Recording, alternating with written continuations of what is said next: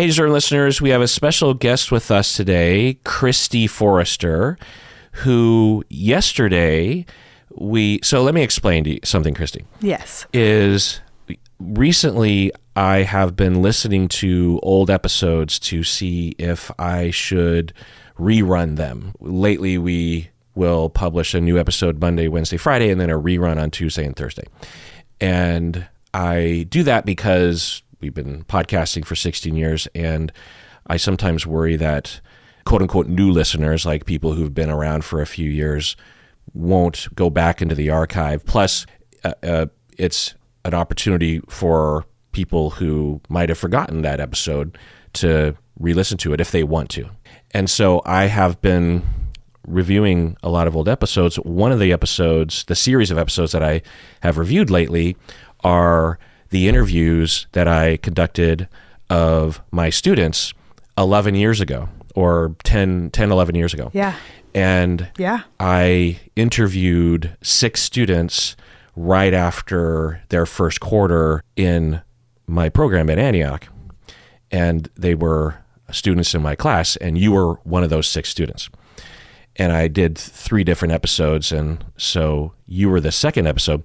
And I listened to these episodes, these 3 episodes, and thought, I should rerun these episodes because it's such an intimate look at students and their experiences. And it also reminds me of what it was like to be a full-time professor.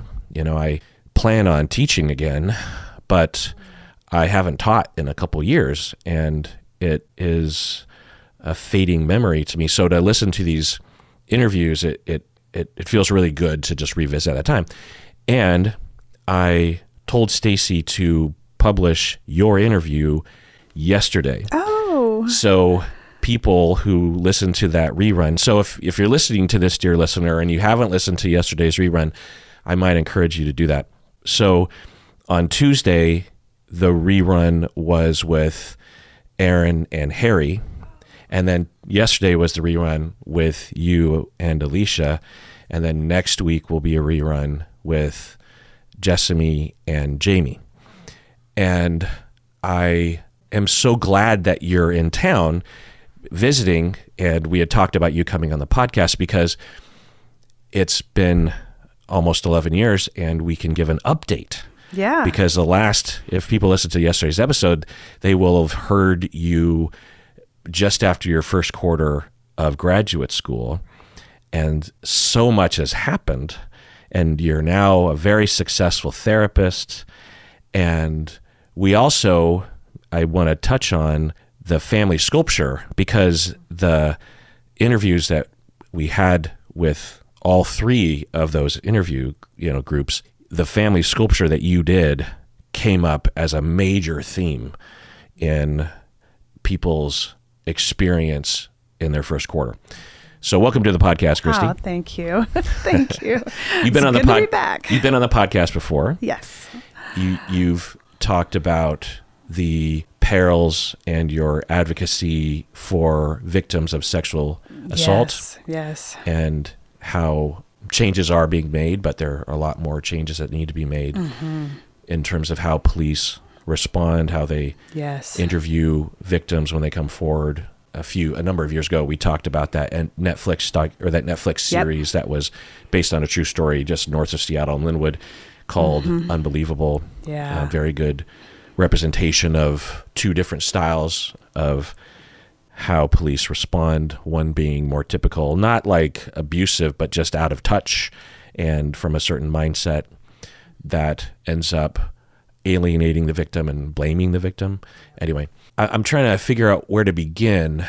I want to maybe start with your memory of the family sculpture, and then we can talk about your therapy, because you said you wanted to talk about your dad, and that was what the theme was. So what's your memory of 11 years ago in family of origin class of the family sculpture? Yeah. My memory, it's funny because I think there are 2 parts. There was one where it was like an empty chair, but we had somebody sitting in the chair.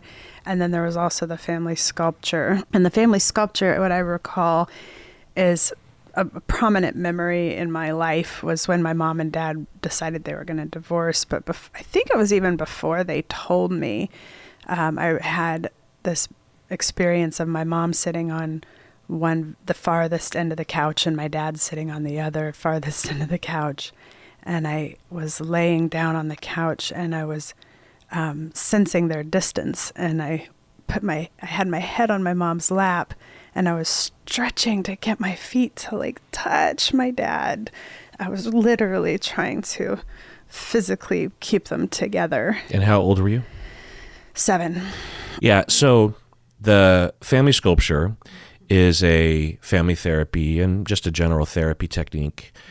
And there's lots of different permutations of it, but the one that I use to demonstrate this technique and to also maybe have a family of origin awareness experience and to show to other students, I'll ask volunteers and I will send an email out beforehand saying this is what we're going to do. And if anyone wants to volunteer, let me know. You don't have to do it and I'll be there walking you through it. You can back out at any point in time. And the intervention is that, you volunteered and then I said, pick people in the class and there's 16 students. And so you picked someone to be your dad, someone to be your mom, someone to be, I think, your little brother. And then you situate them in the classroom in a symbolic way that represents how the family felt or a moment in time. And you chose a moment in time. So you pick students to play that role. And, there's a bit of relaxing that I will have the student go through or the client go through and getting into the mindset and then telling the person playing each role, like what their mindset might have been from your perspective, to kind of get them into the role a little bit. So this whole experience was an hour long. Yeah. There was a lot of ups and downs and I think everyone was crying in the class eventually. What do you remember about the whole thing? I think it's funny that when you mentioned my little brother, I almost forgot that, I think he was, you asked me there was this guiding for me to explain what the experience was and where are the people and what are they doing. And I forgot that I think, my brother was 5 and I think in the, reenactment he was playing. Yeah. So he was kind of off in his own little land and I felt responsible for what was happening between the adults and I didn't think that was on my brother's radar. I remember feeling what a powerful, first of all, I wanted all the vulnerability that you offered that class real bad. I think I was ready for it, So when those moments came up, I don't know, this part of me just knew I needed to volunteer or say I would like to do that. Uh-huh. And then it just felt really nice to not only notice I want to do it, but to have someone hold space for that to happen. And then the other experience was reenacting it and feeling now to take care of the younger me that I didn't know she was going through quite that much, and was so worried about her parents. But then to also have the whole class or have so many people see me in that moment where I felt really alone as a kid. Mm-hmm. I don't think my parents understood what was going on in me. My brother certainly didn't because he was playing, being 5. And it was healing for me to not only see myself and to even embody that young girl, but to have the love and witnessing and how people were moved. And I wasn't alone in my pain about it anymore. I could see it on people's faces and I could feel it in the room. And that will always stick out to me as a major. I can't believe it's been 10, 11 years. It's wow. Because I started in 2013. Fall 2013. Yeah. So it was that FOO class, the family of origin class. Yeah. Yeah. And I just also felt really grateful for the people who let me project on them, The people you chose to be your family members. Yeah. Because that's That's a lot to carry. It's a gift. On the surface, it seems like, well, because you don't ask them to say anything. They're not. No. They're not really a focus. They're a physical mannequin in a way, but they inevitably will soak up the vibe. And sometimes I will ask the mannequins how they feel. I think you were referring earlier to, I think of someone, me or you or someone asked your little brother mannequin how they felt. I could be mixing this up. Yeah, I don't remember very well that part. Student said, I feel like I'm acting like I don't know what's happening, but I feel like I kind of do know what's happening. Right. Yes. And that was... Of course he would. I could be misremembering that, but that seemed to provoke something in you. Yes. And yeah, thank you for helping me remember that. And it would provoke something in me because I think as a child, how parentified I was. I had a story that my brother wasn't as impacted or present or kind of smart about the whole thing, you know? And to hear somebody say, maybe he was noticing and not diminish his experience was huge for me. And then other times, and I don't know if this is what happened, it was an hour long, so I'm guessing a lot of things happened, but the parents, you know, from your perspective, you're entering into that 7-year-old self, and so you will see the parents as elevated, edified, where they don't have the kind of vulnerability that they likely had. And if you go to those mannequins and ask, how does this feel? Like you're sitting in that spot and you're hearing the context that Christy's laying out, and Christy has put you in a physical position that is representative of the vibe. What do you think's going on for you?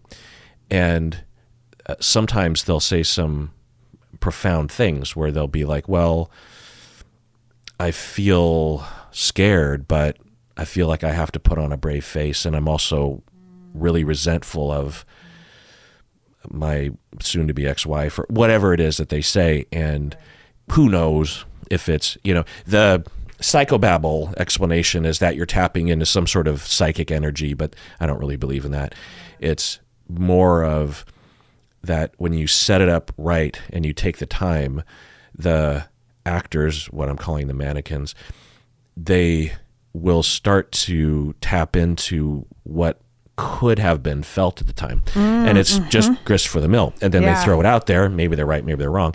And then the person of interest, you, can see things like, oh, yeah, I guess now that I think about it. Or sometimes I'll have another mannequin sit in for your position, and then you stand back and you start, or you switch places with the dad, and now you're dad, and now you're just like, okay, what do you feel in this space, you know? Oh, and, wow. You know, I don't remember. Did we do that? I don't think so. Okay. But I'm just saying this is something that we can do. I love it, though. Like, I got to say really quickly, too, like, so I've been, and we'll probably touch on this more later, but I've been really interested in, and I feel so bad that I don't know, is it Jungian or Jungian? Jungian, because I've heard so many different ways. But yeah, Americanized Jungian. Yeah. But Jung should be Jung. Yeah. Okay, Jungian, and I've been looking at Jungian analysis and shadow work, but also dream analysis. And as I'm listening and reflecting with you on that moment in class, I'm realizing in a way what we're doing is we're moving into the dream of the memory. And if we can be in tune with self, and also if our mom and our dad and our brother are also versions of ourself, we might be able to reach into a fuller experience by embodying the connection with them. And like, oh, maybe there was a part of me that whatever that person was saying, oh, as the dad, I feel like this, that could be something that, you know, was getting kind of projected in the room, or even a collective unconscious experience. Right. A psychodynamic or object relations languaged version of that is you have internalized all these individuals, and you have now externalized these internalizations. They're representations. They're not the actual human being, but they are you've made your internal representations external. And so you can step into those places because those internalizations are you now. That it becomes a mixture. We're a mixture of, I guess you could say we're a mixture of ourselves plus all the internalizations and how all that mixture, the gestalt of all that. But so to fast forward, at the time when you were writing your family of origin papers and exploring your relationships, from my memory, you were really focusing on your dad. Yeah, there was a lot of and dad your stuff. Empty chair work was with your dad, and you would talk about that. That was kind of where you were at in your journey. I seem to remember you saying that you had, been in therapy and had talked about your dad, but you really wanted to wrestle with it intensely. Mm-hmm. And doing this sculpture was kind of a pinnacle of all that. And at the time, you hadn't talked to him in many years, right? Right. I mean, at that point, let's see. Right. So that would have been, I hadn't talked to him for about 7 years. Do you want to talk about why? Yeah. And we'll get to that other part later. But, so, I was really hurt by my dad. He wasn't there for me. And then when he was, he would kind of mishandle the way he would take over for things. And he had a history of just kind of not really understanding how to talk to a child or a young girl or anyone about like when it was okay to talk about things that were sexual and when it wasn't. I always felt like he was being pretty inappropriate sexually. And he'd also, as a child, I was molested at 5 years old, fairly repeatedly by my daycare center teacher, this older man. He was 60, and I didn't tell my parents about it because he told me he would kill my family. So he said he would kill me and my parents, and I said, okay, well, I guess I'll just protect them, and keep doing this. But then I finally accidentally said something, and my mom caught on and started asking more questions, and I was 5, so it came out. But my dad was like, we don't need to do anything about this because it's not a big deal and she'll forget, and kind of this attitude. And so I felt really not protected by my father, and that he wasn't going to do anything to care about me, or that, I don't know, there was just so many pieces I could internalize about that. Is it self-centeredness, or is it his own traumas, all the above? I think his own traumas, and there's other things I've learned. So basically all of this, he was very critical and very hot-headed, but also not defensive of me, and our relationship was strained, and there was some sexual inappropriateness with people in my life. I was suspecting some stuff with a family member, and then he would ask my girlfriends out on dates, and yikes. Yeah, so, and I would sit down and say, Dad, please don't do that. Like seriously ask him out on dates? Oh, yeah. When you were how old? When I was 27. Wow. 26.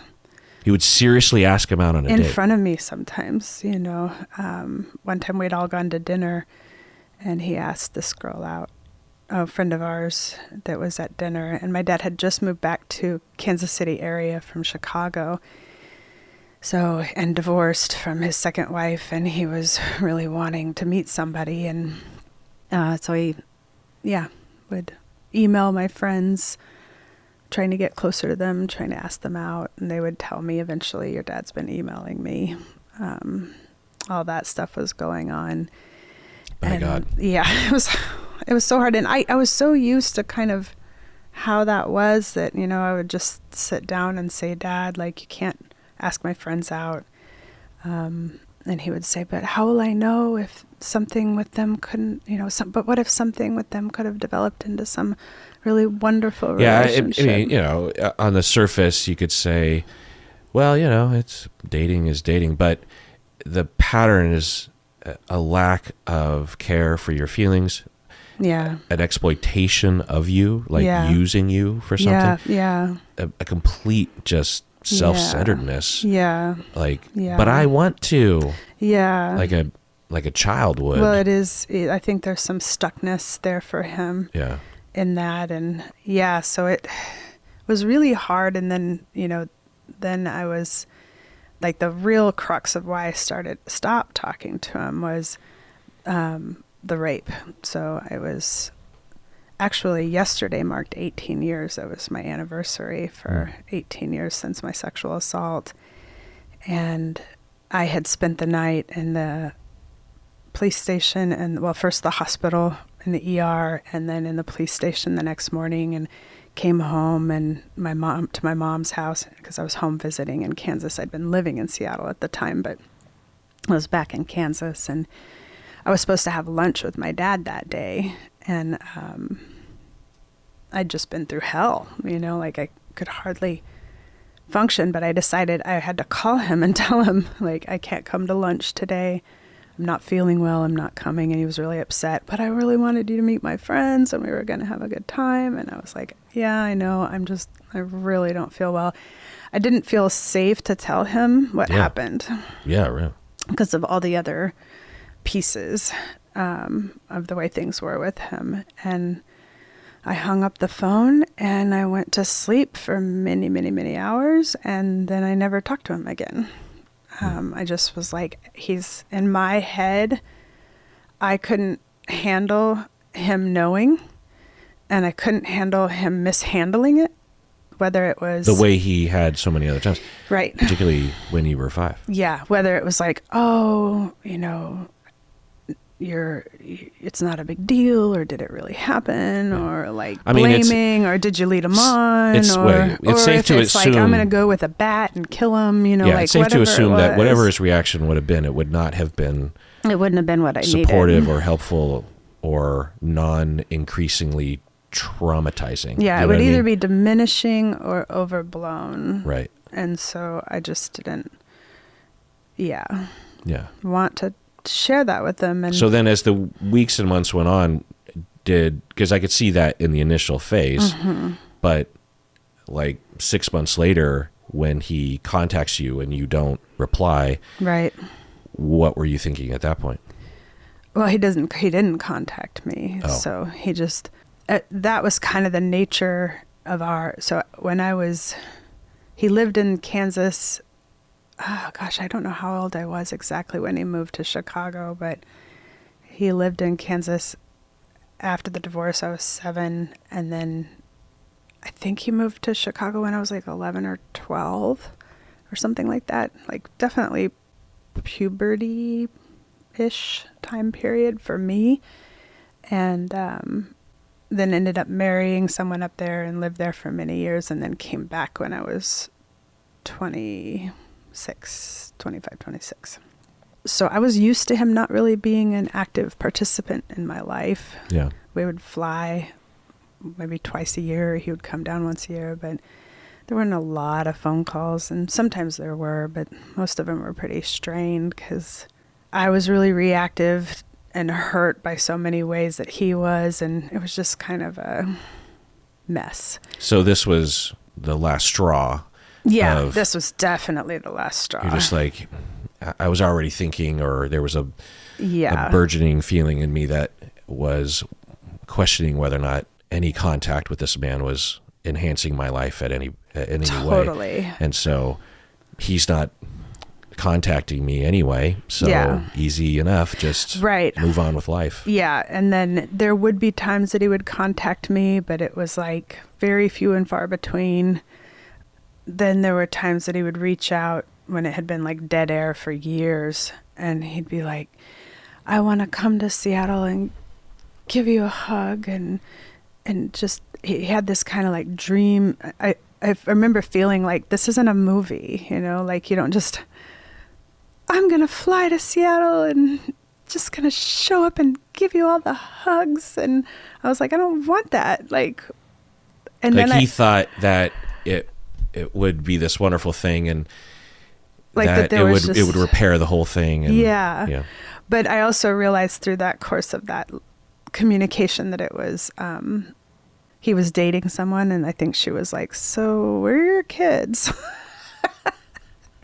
I don't mean to laugh, but like, yeah, I mean, if you were dating someone and they had 2 children, you would at some point say like, do you talk to them at all? And then if you don't, it's a pretty big red flag, or at least an indictment on his, something's going on his personality or something. Yeah.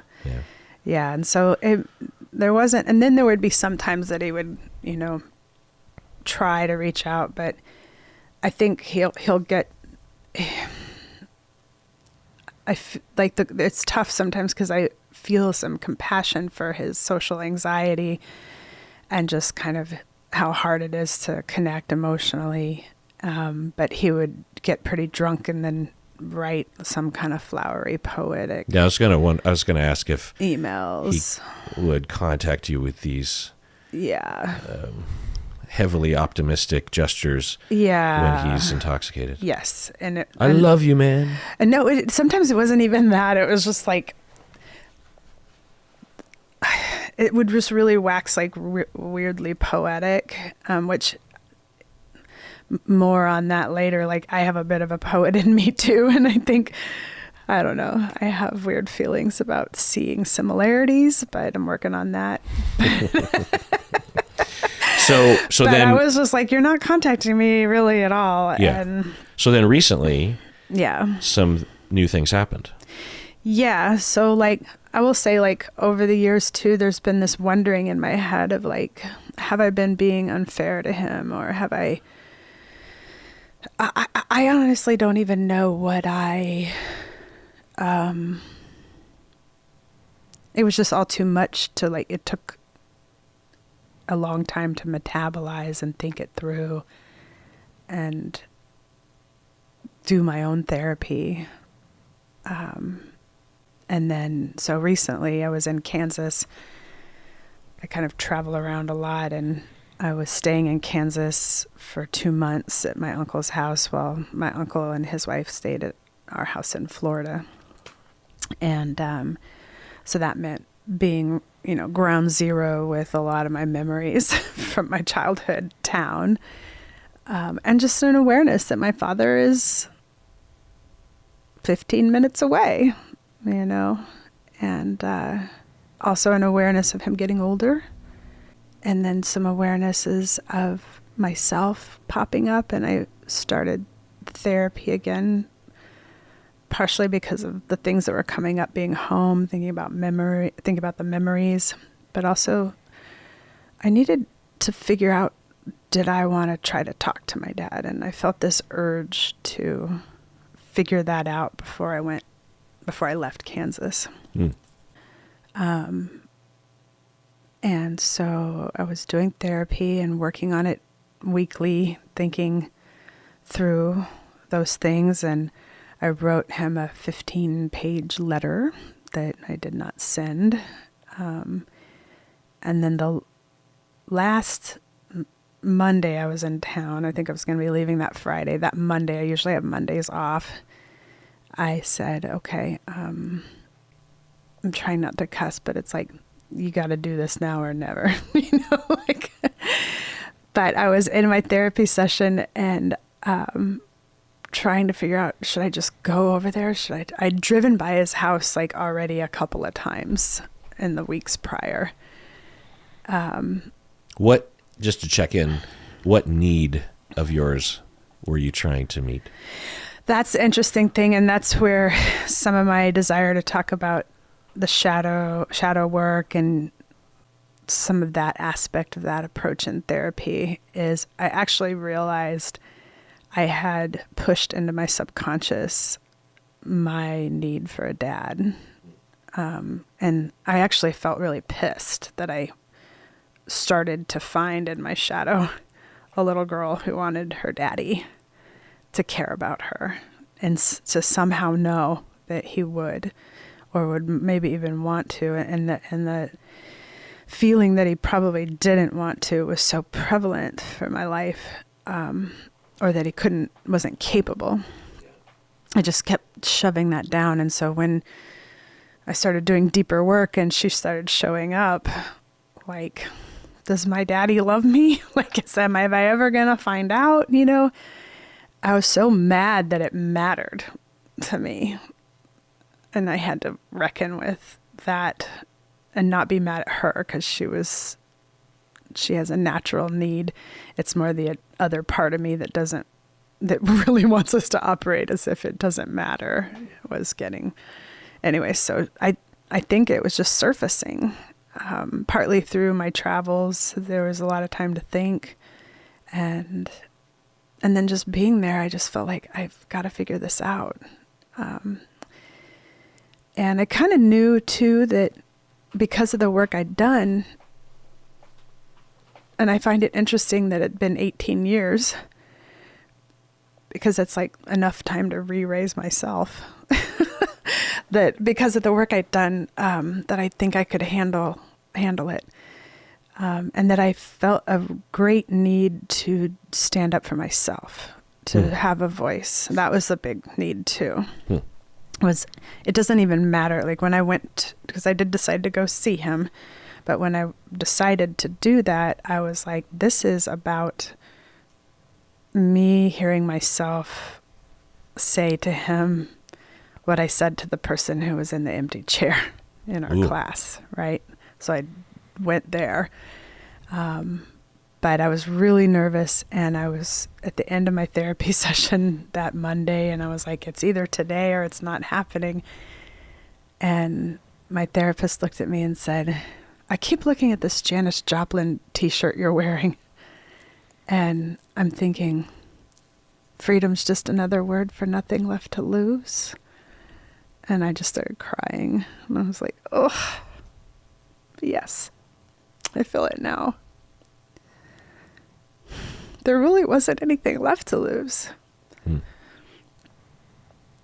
I mean, I was going to gather more information that he's not capable? Like, I already got that. What if there's something to gain? You know? And so I kind of collected myself, fed myself. I've learned protein really helps with my anxiety. I guess the body is like, go. Let me check in as well. The reasons not to, if we have that column. Yeah. Oof. Yeah. Reasons not to. I would imagine that you would worry about hurting yourself. Re-traumatizing myself. Also humiliation. I wonder about that, possibly. I mean, it could be the case. I could see that being a possibility for... Just even to yourself. Kind of like anyone in that situation. Right, just like... Admitting there you go again, like hoping and begging, wanting, longing, and there he goes again, just leaving me out on a lurch. Yeah. Like, how embarrassing to me. Yeah, I look at myself and say, you pathetic... stupid person. Yes. That was the anger I felt at myself for the why do you want your daddy? Shut up. Like, go away. We had you hidden in the shadow for a long time and we were fine. Don't be so pathetic. Exactly. Yeah. So were there legitimate reasons to not go? Because humiliation doesn't seem like something to value necessarily, but no. I think the legitimate reasons to not go were, one I had was, I don't want to get hurt again, but another I had was, so I had talked to a lot of family members too when I was back, and my cousin, and a little bit it came up with my brother, though it's not my safest place to have, because there's a lot of anger at dad there, but with my aunt and just a lot of people who knew him and knew me growing up, and my mom, and everybody was kind of like, dude, just leave it alone. Like, he's not changed. He's not going to be any different. And you're probably barking up a tree that you're not going to like, and just protect yourself and don't do it. Mm. And so when I decided to go see him, I felt I was betraying my family, who also had that story of not talking to him for a good reason. They weren't talking to him either? Yeah, and most people not. So you felt like you would be betraying them because... Yeah, some sort of family enmeshment, like, we all don't like that guy. Right. And don't give him the satisfaction. Right. And just like, sweetie, leave it alone, you know? And I was like, I have been leaving it alone, but it's been kind of clawing at the back of my mind a little bit. And there was concern, like, am I stepping back into the way I felt as a kid? Is like, am I okay now? Do you love me now? You know? Yeah, am I good enough for you now? I think about this for my own life and also with people in my life and clients. And it's a very complicated exploration and question, because if you look at it logically, there's no reason to re-expose yourself. Right. I mean, unless you have my best friend was like, don't do it. Yeah. That's what most people would say. Yeah. And unless you're going in with like, okay, I really want to confront him on X, Y, and Z. And that was the plan. Okay. But even then, it's like a lot of people would say, well, he's just going to dismiss it and it's just going to hurt. And I think to outsiders, it feels messy and out of control. And they don't feel the longing that you do. No. And so good point. They can't identify with any positive and you can't even really convey any positive thing. But sometimes I find that everyone's on a different journey, but we have to, it has to do with grief in a way, and we have to revisit the loss in some way. Like if someone died tragically, this is maybe an easier scenario, and it was 20 years ago and it's been painful. Why would you visit the grave or the place where they got in a car accident? Like, what you could imagine someone from the outside saying, what good do you get from going to the grave and remembering that this person was ripped out of, or say a drunk driver hit them or something, and it was so painful and you're just so angry and it was just so tragic. Like, what good do you get 20 years later going to the grave and crying? Valid question. But most people would say, but that makes more sense because that's more in line with our cultural expectations around grief. But you lost your father or your idea of your father or something, or there was some the final straw on the camel's back made you realize that you never had something that you always wanted, and that's a loss. I never had the feeling of a father. Right.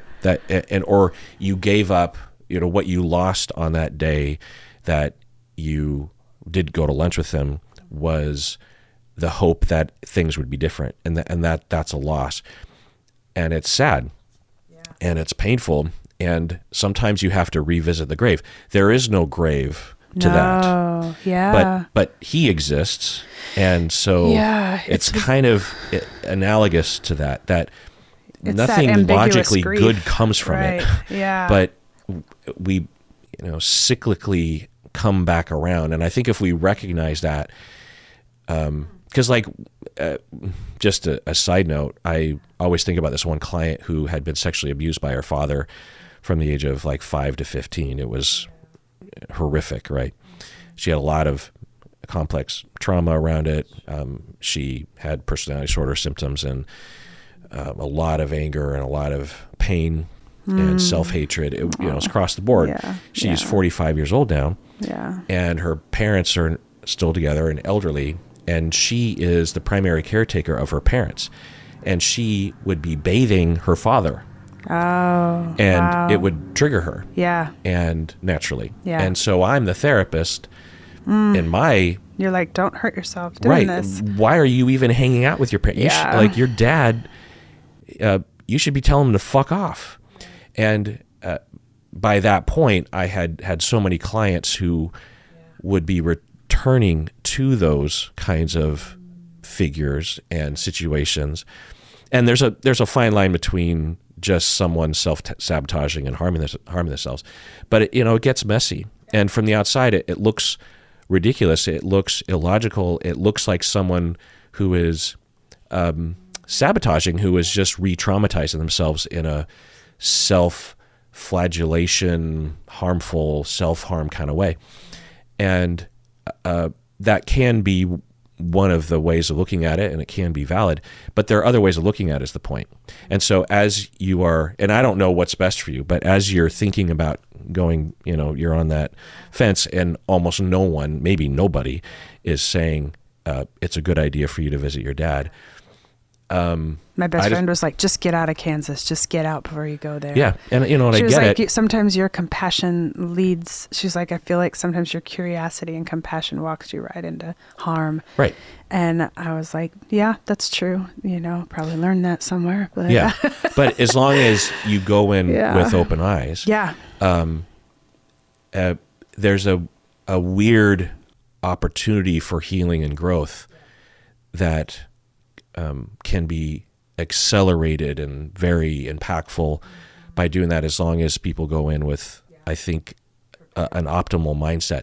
I also knew I was prepared. Like I knew I had a lot of self-trust develop, and I was prepared with resources and community and self-trust around, like, if it goes bad, I know how to catch that fall. Right. And just imagine how, and we'll hear how it went, how healing and self-identity changing that could be.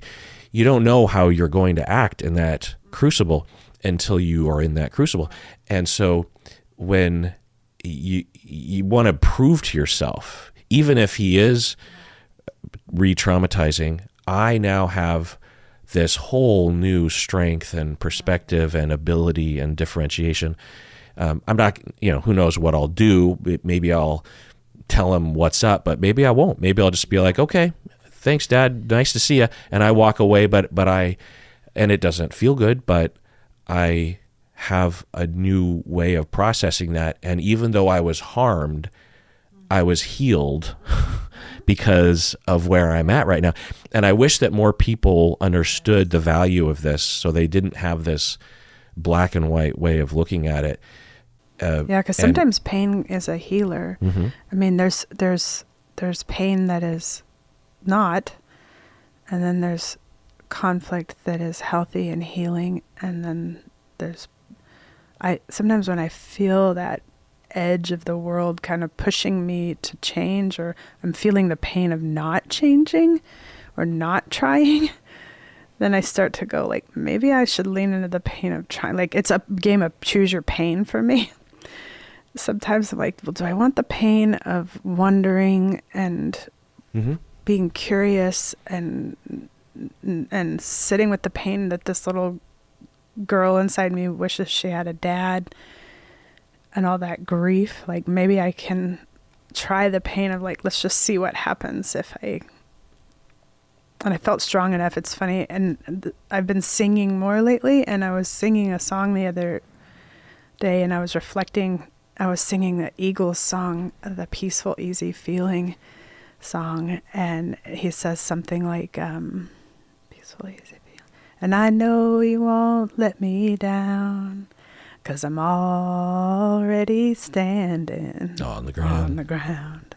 And I was like, damn, that's what I felt. Like, I am so standing on the ground, it doesn't matter. You can't let me down, because I got my back so bad, like so real. I'm on the ground. I've done so much healing work, and it's been so worth it, just for my own personal liberation, but also for something in me shifted in a way that I think I can tolerate the unexpected Mm-hmm. of what could happen if I do this. Mm-hmm. It felt so good. Well, let's take a break, and when we get back, let's hear what actually happened. Okay. All right, we're back from the break. So, Christy, Yes. I'm curious, because I don't know how this goes. How did it go? How did it go? Well, I feel like I don't know why I need to tell this part, and maybe it's because the point of telling this story for me is because I want other people to know, not that they should, they don't have to, and some people definitely should not, but that maybe it's possible with some people. So, and that this is just what I did, I guess. Mm-hmm. So I decided, okay, I'm going to go over and I'm going to knock on the door. And actually drove over there. And then I was like, no, I need Mexican food. So I went to my favorite Mexican place and I ate food. And I was like, okay, I'm all pumped up with some protein and feeling a little calmer. And then I drove to his house, but I was on the street behind his house. I didn't even know if he was home or anything because I didn't tell him, like there was no reaching out. So I sat on the street behind his house and did some meditation. I was just breathing and like, I'm here, it's okay, you know, we're not there yet. We don't have to do it if we don't want to. Just because we got close, we could still back away. But then I decided, okay, I'm doing it. And I go around the corner and I'm driving close to his house. And I'm about 2 houses away, and I think, I need Starbucks. I was like, I think I should go get coffee, or like, maybe I have to pee. Yeah. I just wanted any reason. I haven't done my taxes yet. Maybe I should. You just procrastinate this. Like something more important must be waiting, or some great need. And I literally had convinced myself, okay, I'm going to go to Starbucks. And I drive past his house. But as I'm driving past, I can see the front door is open and the screen door is closed, you know. But the way his house is, like, there's the screen door and then there's like a sliding glass doors that go out to the backyard. And I could see they were all open to let the like breeze through. It was a nice day. And I was like, oh, damn it. So I turned the car around and didn't go to Starbucks and parked in the driveway and did a few more centering moments. And then I walked up to the door and rang the bell. What were you feeling? Oh, shaky. Yeah, like my heart must have been, I think it was racing. What was your body worried about? That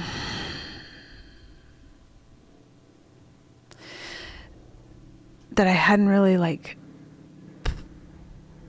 planned it out, and I'm not very good at, I mean, I had, but I'm not very good at not knowing what to expect. But I try to lean in more and more in my life. I try to lean into the mystery of things and the absurdity of things. For some reason, accepting that everything's pretty absurd is a very soothing thing to me. Yeah. Just like, well, yep, that tracks. It's this is absurd. But yeah, I rang the doorbell and I could hear the TV on, and I wish I could remember what that said, because it just was the perfect like narration for the moment.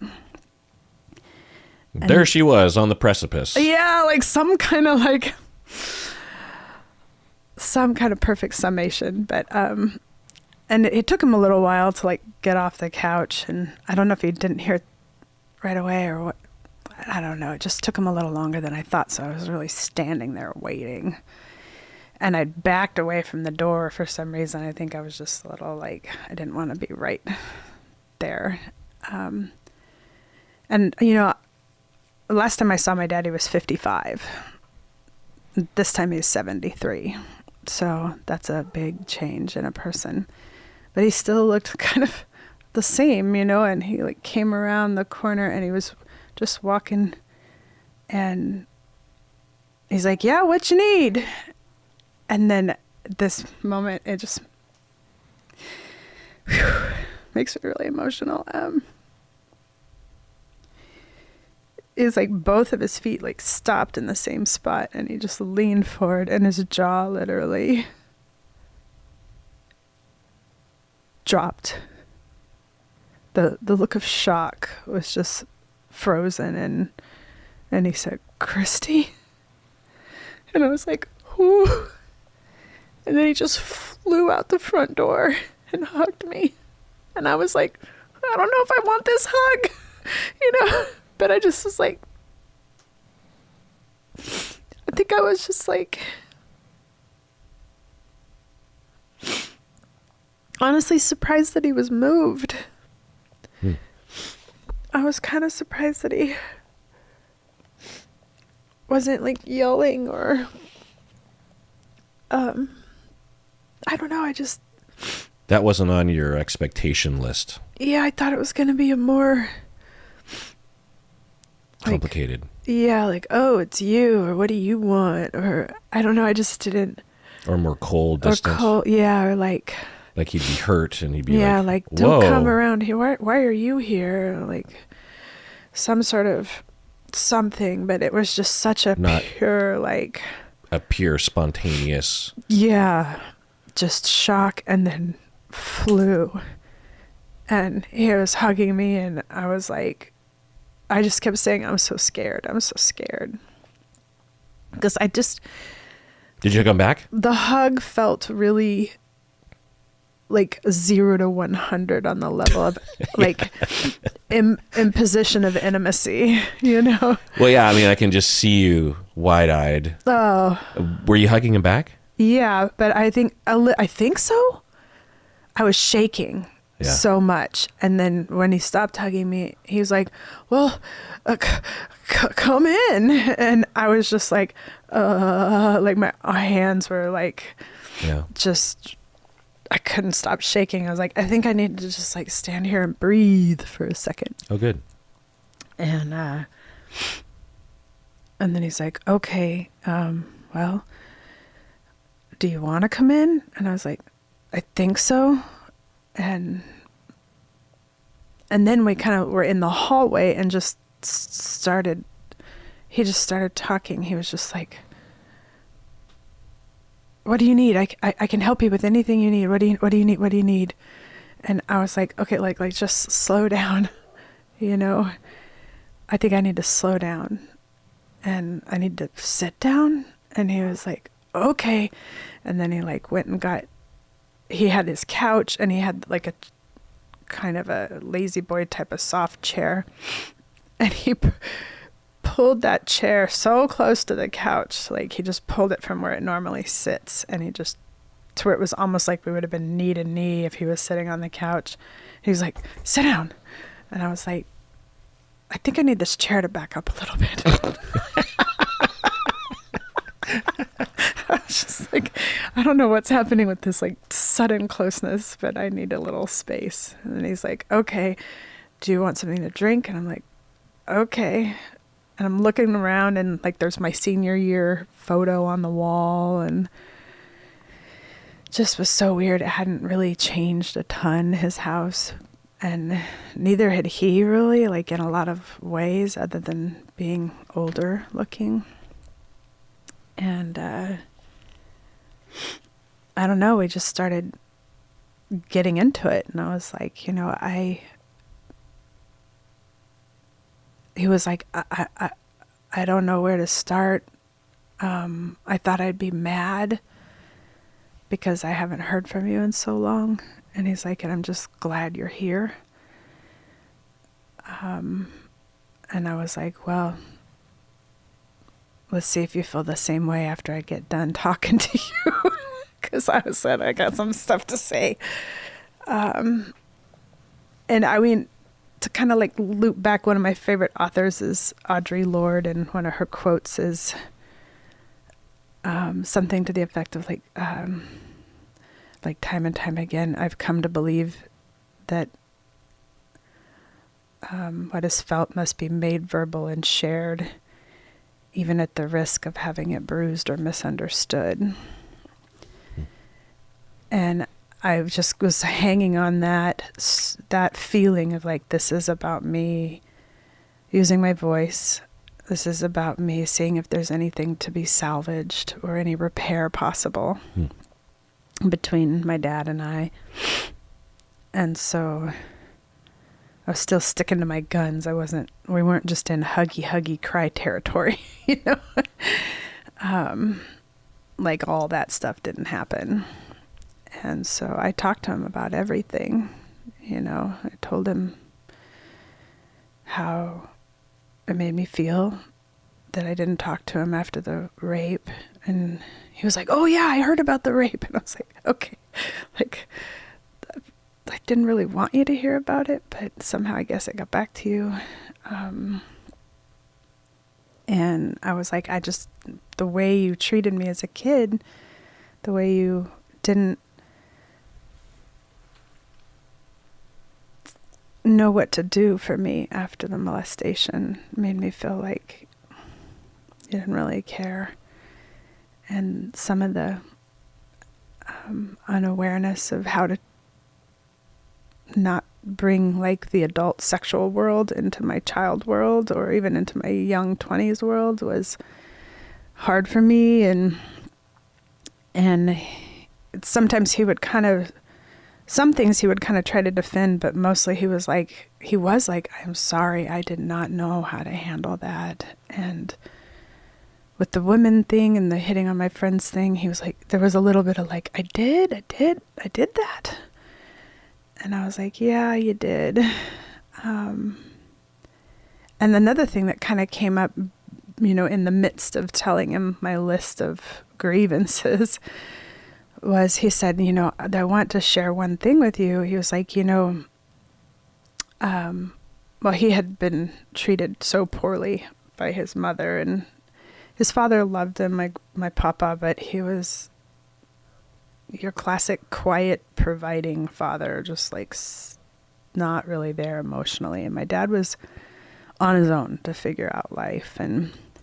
But another thing that had happened is he was saying he'd been to the doctor recently and they were doing some sort of scans or something. And they were like, you have brain damage he fell out of a car when he was 3 years old on his head. And we used to joke in the family all the time, like you could feel the gravel still in his head. And I mean, it was, gosh, he was a kid in the 50s, so no seatbelts, and my grandma was whatever she was, a big mess.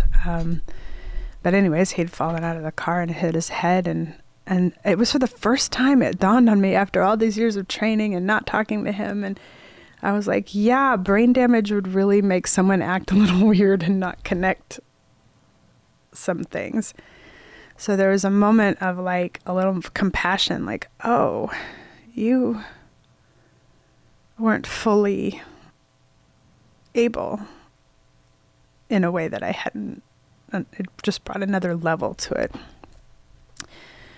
But, you know, I talked about the anxieties he gave me about my body because he would criticize my weight or tell me I didn't want to feed me.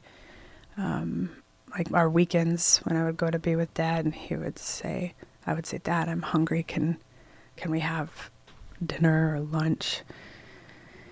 And he would say, no, you're fat and it's good to be hungry. Yes. And you know, so there would be like nothing in the house. I remember trying to make scrap together stuff. Wow. I remember coming to like cheddar cheese with lemonade because that's often all he had. Or he made Bruce's spaghetti. But he said, you know, I'm so sorry. He was like, honestly, what it was is I didn't have money and I couldn't feed you.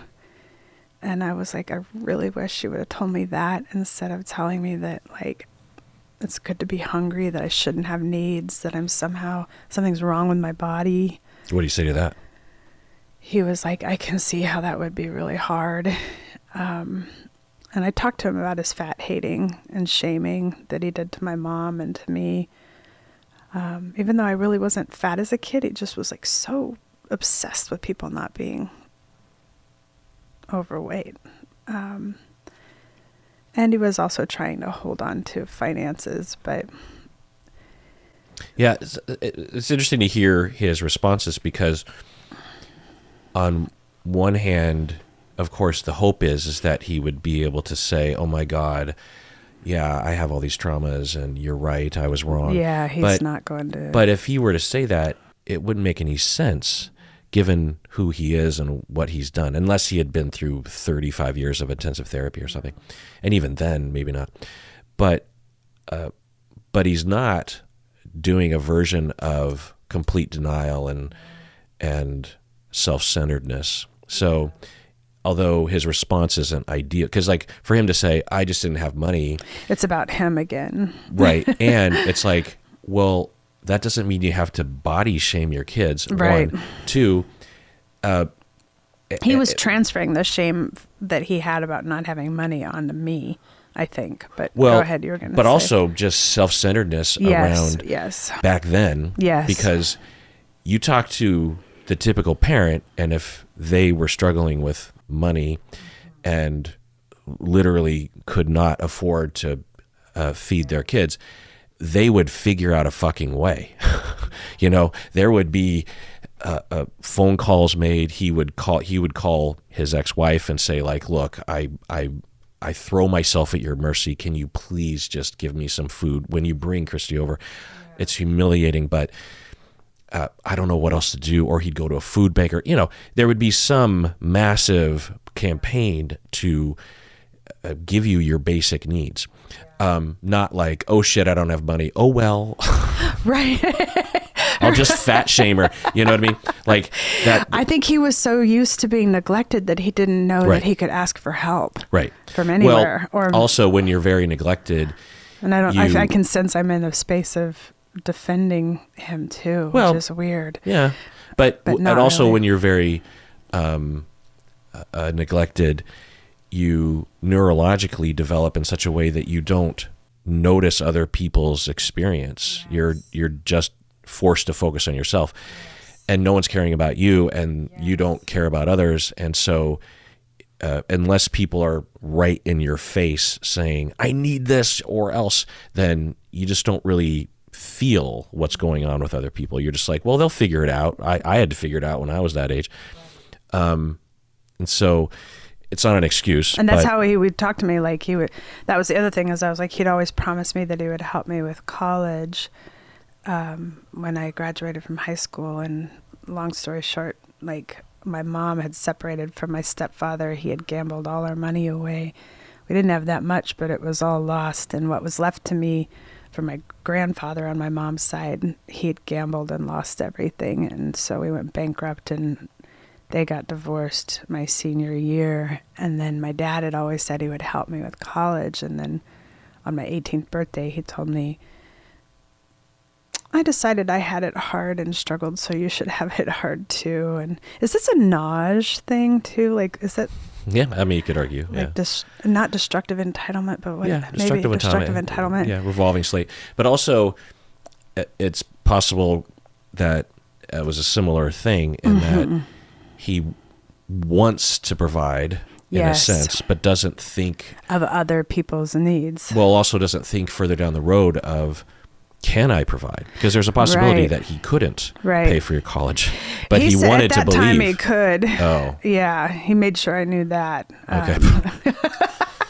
Well, he's like, I could, but I'm not going to. Or maybe another way to put it is that he wanted to be pleasing to you or something. Yeah. To get your approval, but when it came time for him to pay up, he was like, "Yeah, I'm too selfish for that." There were so many growing up, and that's part of the repair that's been going on since we have been talking, is building trust again, because there were so many things that he would say, oh yeah, I'll do that, and then back out, and oh yeah, I'll do that, and then I would be like, Dad, aren't we going to go to the park? And I know that this happens, kids hear things differently, and he'd be like, I said maybe we're going to the park, and now we're not going. And I mean, occasionally as a kid, they will hear things differently, or wish for certain things to have been said. You could give me the park, but you're not, and so I'm frustrated, right? But I can tell you for myself, that was not a theme in my life. Okay. Where I I can't even remember a time when my parents promised something and I was disappointed. Do you know what I mean? Oh, yeah. There was a lot of pulling the rug out from underneath me in that promise and lack of follow through that happened. Right. It's interesting. I want to read this little thing too that I found in what you're saying. It just says the father's narcissism, and I'm not saying he's narcissistic, but he self-centered.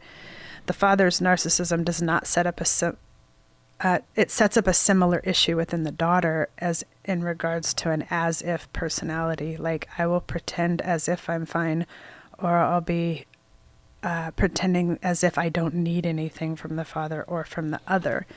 The daughter isn't really fully present because there's no place to put her needs. And then in turn, she becomes like the father because the other doesn't exist. Only I exist. And we learn a defensive maneuver because there's no one else to rely on. And then I think for me, I've been looking in my life, and this is where I realize in my shadow and reckoning with the fact that I am of my father and shaped by my father, I realize this other part. This is from Susan Schwartz, who wrote this book called The Absent Father Effect on Daughters. She says, sometimes you can hear people complain about people who tend to be a little self-centered and say, I can't have a relationship with that person. And she's saying because that person has learned to be singular, and one learns to be singular when the father is not there. So the daughter, out of default, learns to be singular, and in her own emotional world, she's like, I don't need anything. And that turns into like the no, I'm fine. But underneath it all, there's a current of needs running unmet. And I didn't know that for a long time. Like, I also used to think that growing up meant not having needs. I thought, well, once I get to the point when I'm an adult and I'm grown up, I won't need anything from anybody. And now I've realized, obviously through years of therapy and being a therapist, like, actually what happens is people who are raised in a way that it's okay to have needs, I think they incorporate that neediness of youth into an adult, and it grows with them as an adult, that it's okay to, of course you want to love me, of course you want to help me, of course all these things. But what happened to me due to this type of relational trauma with my dad is I bifurcated, and there became the part of me that thought she was growing up, not needing anything from anyone. And then I have this inner child girl that's younger that has a lot of needs. And I used to think that therapy was about getting her to grow up and stop having needs. And I've realized, no, I have to let her kind of merge with me, but never lose touch with wanting things. And I think that's where I got really, I kind of didn't know what was happening and with me internally, but I think she was pulling me towards admitting that I needed a dad that cared about me. Yeah. And to maybe go, maybe naively, towards seeing if he could. Mm-hmm. Is he? He is. He's doing a great job. Not perfect. He's still got his stuff. He has not gone to therapy. But because I have, and because I have boundaries, and because I'm still standing on the ground, the things that he does don't rattle me like they used to. And even in conversation, we would talk about certain things, and he would start to complain about my mom, which was something he had a lot of hurt and bitterness over and would talk to me about as a child. And I would even as a kid say, Dad, that's not appropriate. I don't want to hear, It even went as far as he used to carry a bullet in his pocket, and he'd carved my mom's name in the bullet, and he would show it to me. Yikes. And he would say, this is how I remember to get over your mom. I killed her in my head. Jesus. Yeah. And so now he's... is there an internal, does the inner girl, the inner child in you having that corrective experience where he, although it's messy and he's still self-centered, but there's a genuine love and care for you that you are detecting and receiving? Yes. And, you know, and I can hold my boundaries. Like when he would, I talked about that thing with my mom, and I said, you know, I don't want to hear about that. I should have never, you should have. You told him that recently? Yeah. Like that day that I saw him, we sat for 4 hours. I was like, you should have never talked to me about that. I was just a kid. And the last thing I need to see is that and feel all that and manage your emotions. And that's something I'm working on too in myself as we're still talking, is not trying to parent him anymore, because I was so parentified.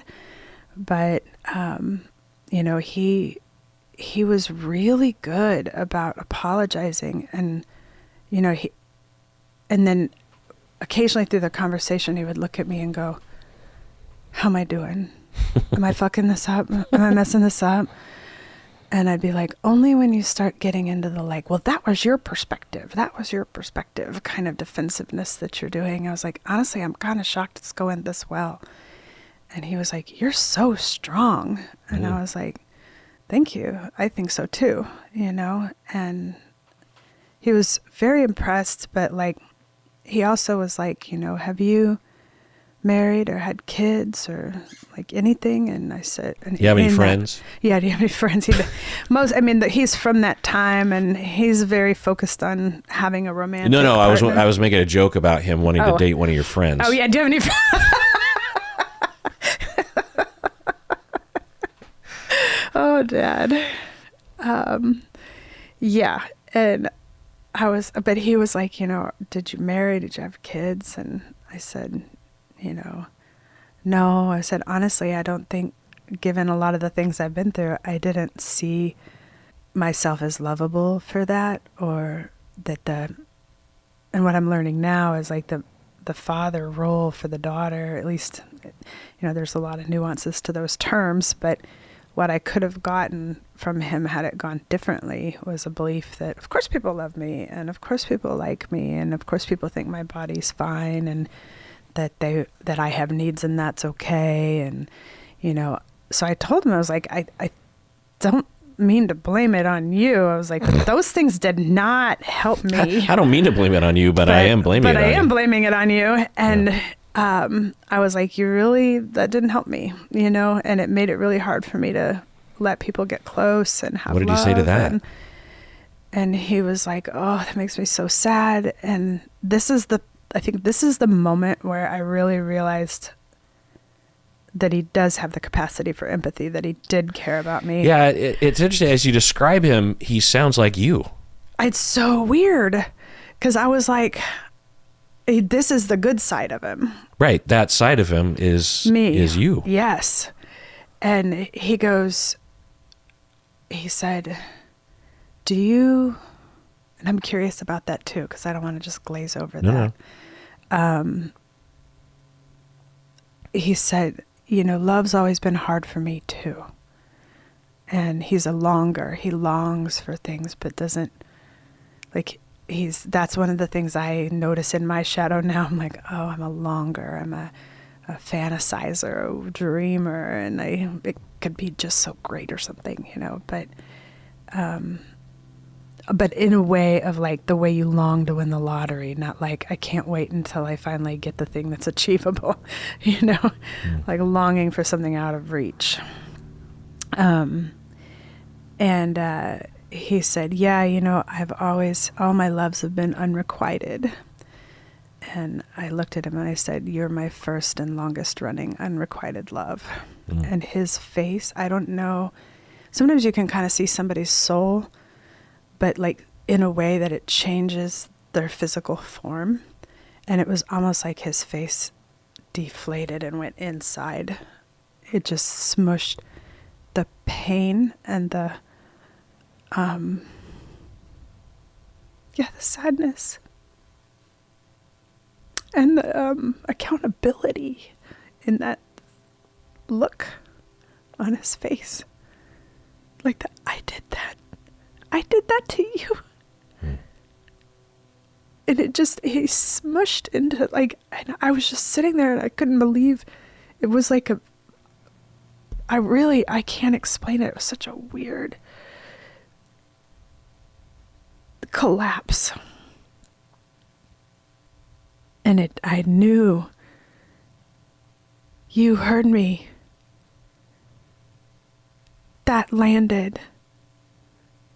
And I see your empathy and I see your pain. And if you have that, then you must love me.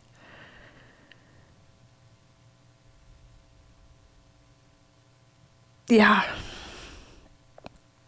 I mean, I took him to task on all the things might not be useful to list them all, but yeah, I mean, he tried. There's so many defenses that could have kicked into that moment that I have heard from other people as they describe these moments. He could have been surface and said like, "Oh, I'm so sorry," or he could have said like, "What are you talking about? I loved you.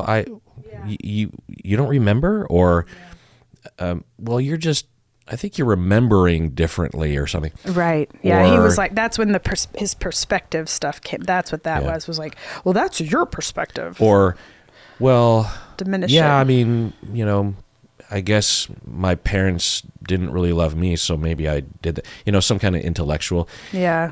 He didn't do any of those things. No. He did sometimes try to say something like, what was it?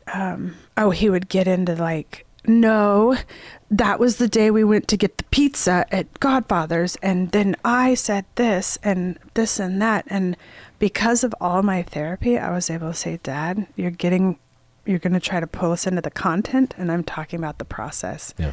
I was like, I'm not going to argue about the this and that's of the past. This is something that is lost on people sometimes when they're advising people like you before you go, is that it's not a black and white thing. It's not like it's going to go well or it's going to go badly, because you can tap into the goodness that can be extracted from him by standing up for yourself in a way that is compassionate and believes in him, because you could have avoided too. As he starts to defend himself, you could have shut down and be like, there he goes. Yeah. I could have been like, you know what, screw this, I'm out of here. Or just been polite and be like, well, I guess we remember different things.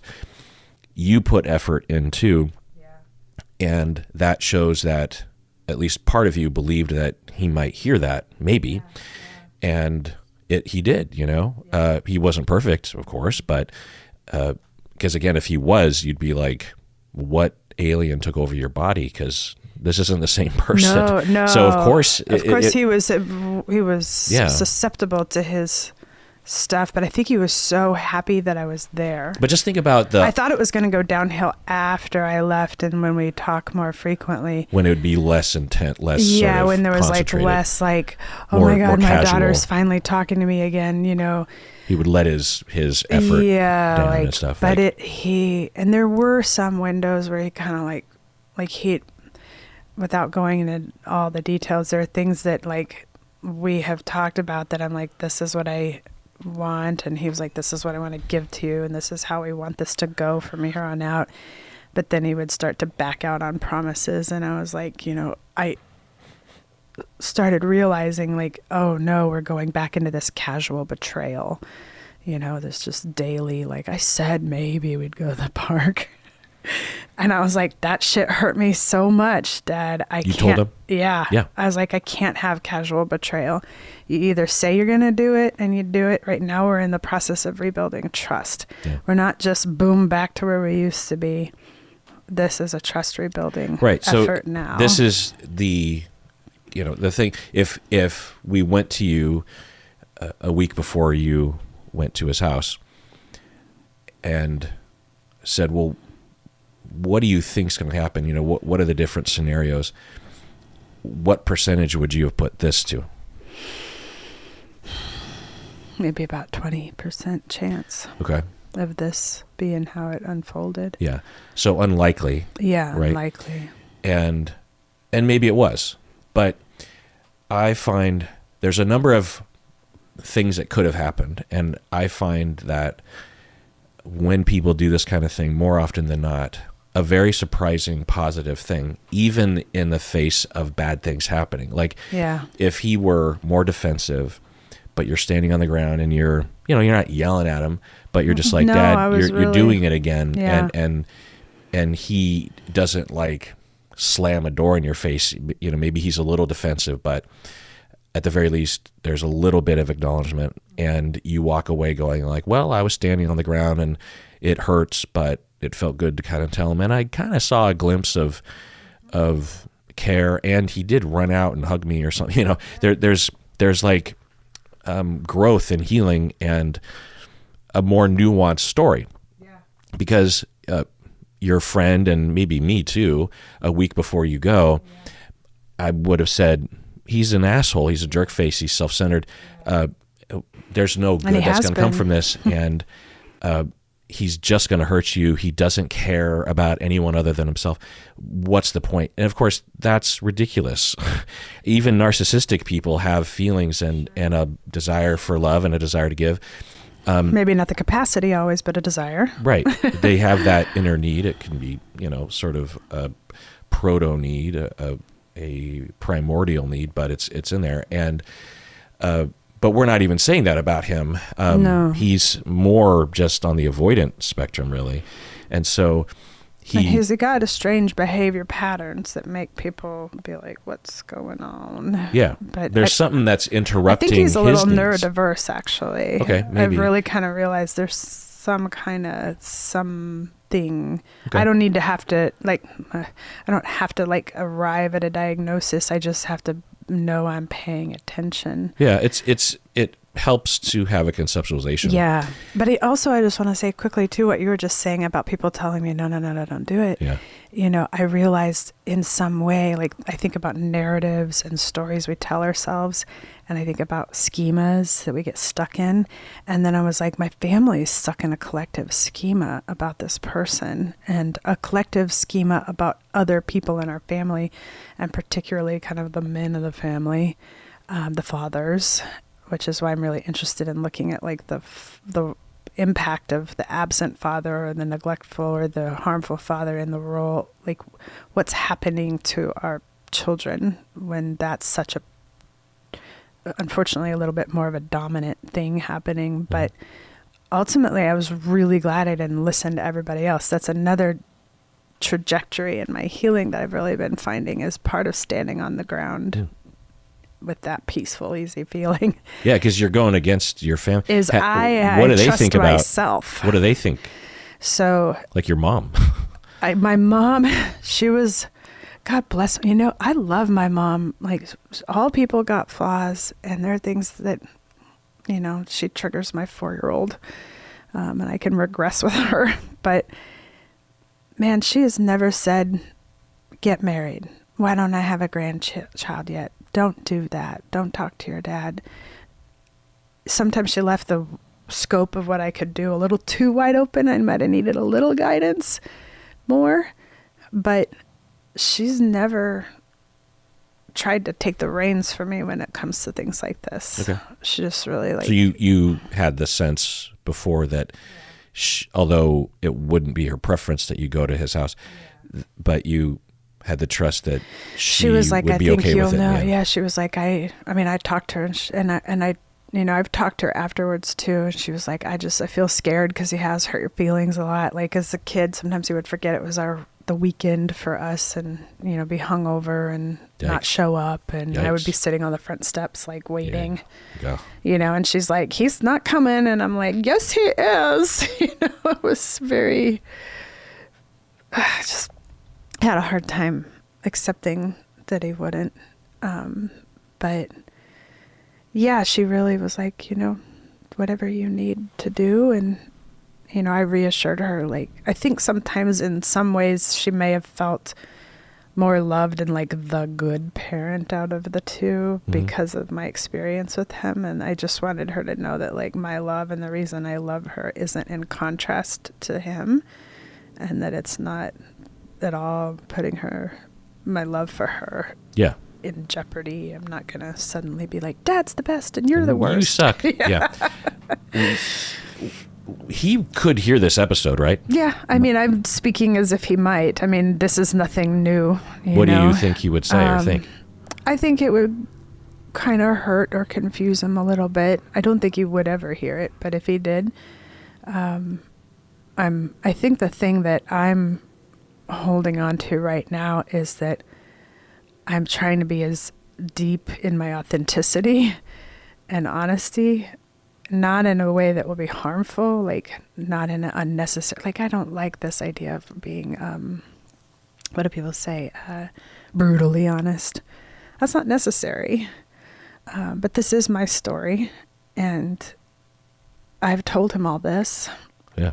And I do love him, and I'm feeling so, that's the other part we haven't talked about yet, is the immense healing impact this has had on me has blown my mind. I'm just like... What does that feel like? Like I don't have to earn love, because I always felt like I had to prove to him, you know, looked at him doing things right, or aren't you proud of me now, or... So you feel you have an identity now of someone that deserves and will get unconditional love regardless of what you do. Yeah. And I've been taking better care of myself. Like something about the fact that he cares about me and that he's demonstrated it in some pretty big ways. I suddenly am like, it's weird. It's changed my relationship with food too, because he would limit my food and talk to me about being fat or whatever. And I had all this body shame, and sometimes I would try really, really hard to eat really well and be like super fit. But I always felt all this shame, like pushing it because of the way he would talk to me. And now I feel like I deserve nutrients and care and exercise and rest. And actually some of our early conversations post this conversation have been about, we watch documentaries on fiber, like talk about fiber. And I actually had to request that we shift topics because it's kind of hard to know what to talk about when you haven't talked to someone for 18 years. But I'm fully in my second childhood in a way, like this little girl that didn't think she was allowed to sing, or that she could sing, but nobody really wanted to hear it. Like now I want to sing, and I don't care if anybody wants to hear it. I mean, if they do, cool. But it's like a channel has opened up in the Jungian world of the shadow too. I was thinking about in this book I was reading that I apologize. I took a look at my notes and it scrambled my head because I kind of prepared. I'm such a student. Dang it. Body care. Oh, Hong Kong Phooey. I remember that cartoon. I love that cartoon so much. Maybe it'll come back to me, but it was something about, oh, I know what it was. The shadow self, the unconscious, the place where I put the things that I didn't want to pay attention to, whether they were my lovability or this void with my dad.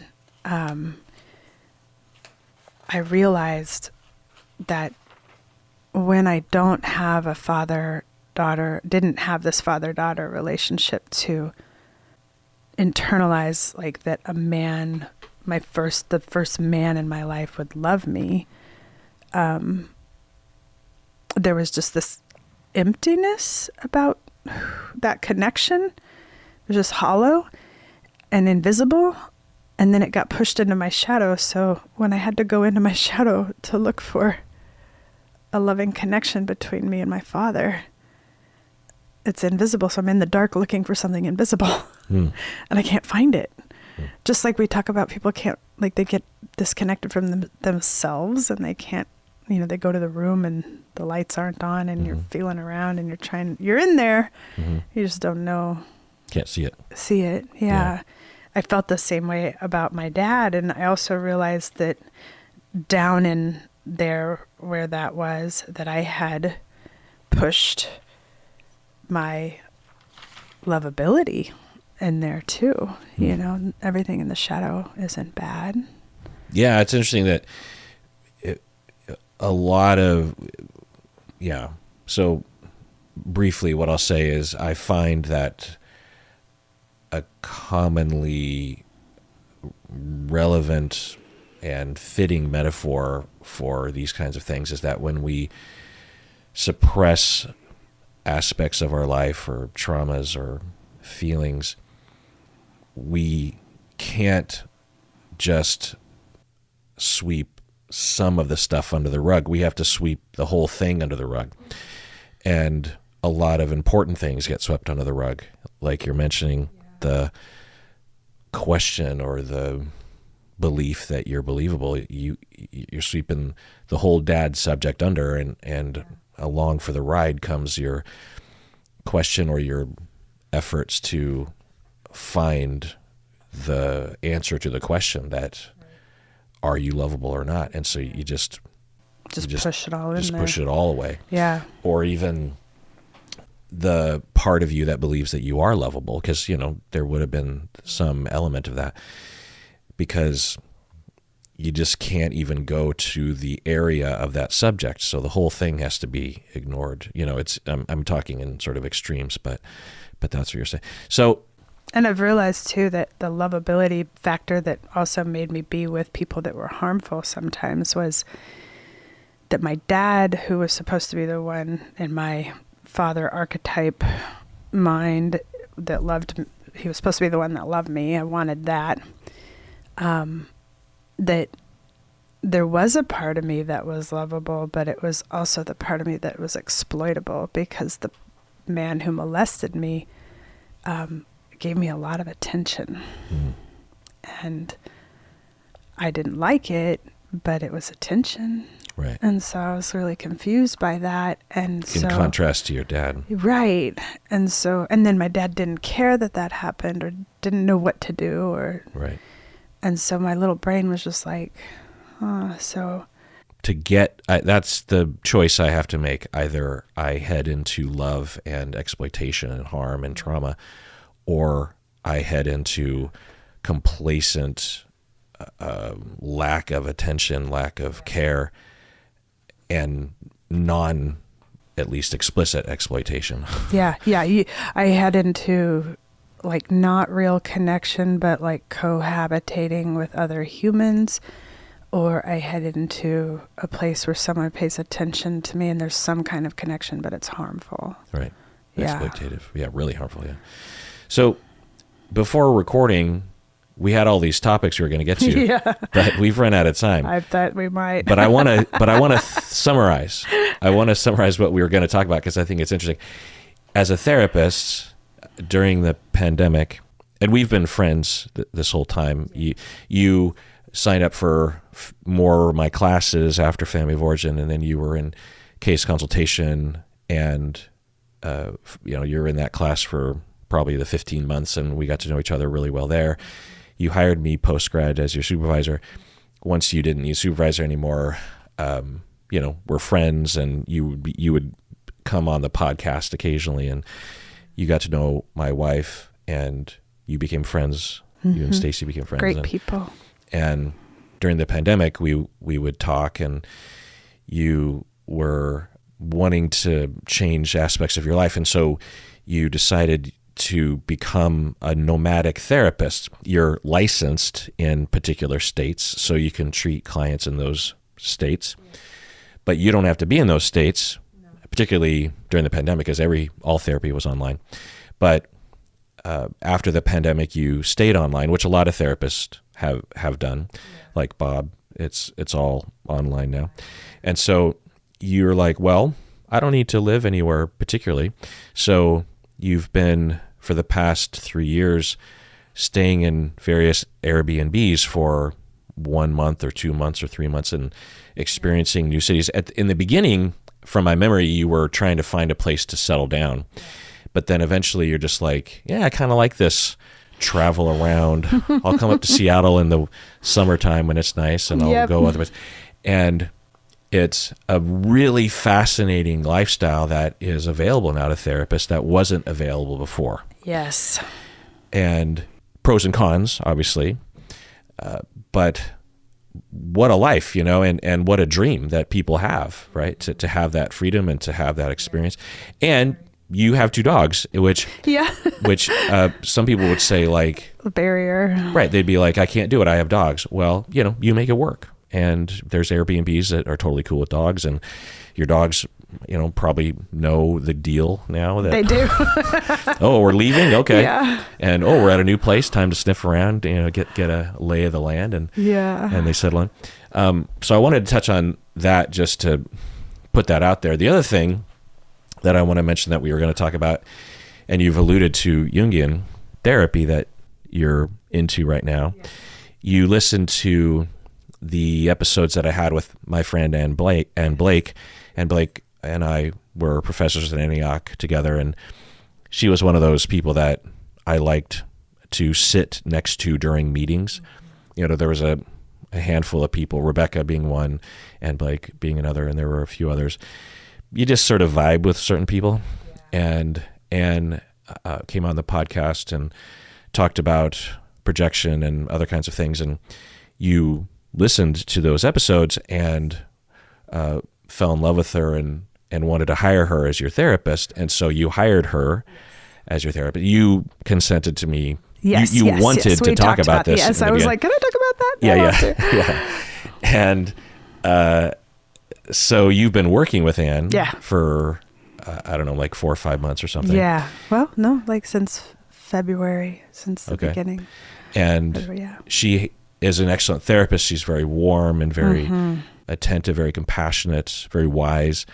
And she has this Jungian side to her approach. And so you've been, what's your experience like with Anne? Yeah. Oh, amazing. I mean, so helpful. She's able to like kind of get to the root of it so fast with me. Like I'm in a space where I'll kind of like, I'm deeply exploring what's inside in a very curious way, because I feel like sometimes I'm taking in so much information as a therapist, or I'm such a curious person. I'm like reading books and listening to podcasts and traveling and taking in new sites and all these things.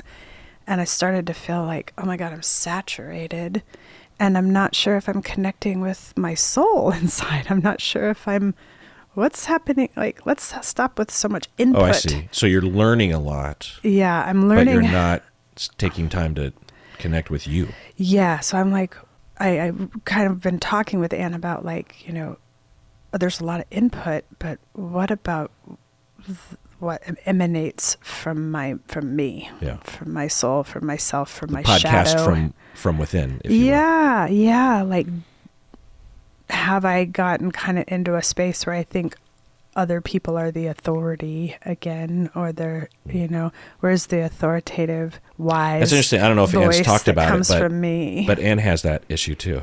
Oh, interesting. I mean, no, I'm pretty sure she'd be okay with me sharing that. Yeah. But she has that.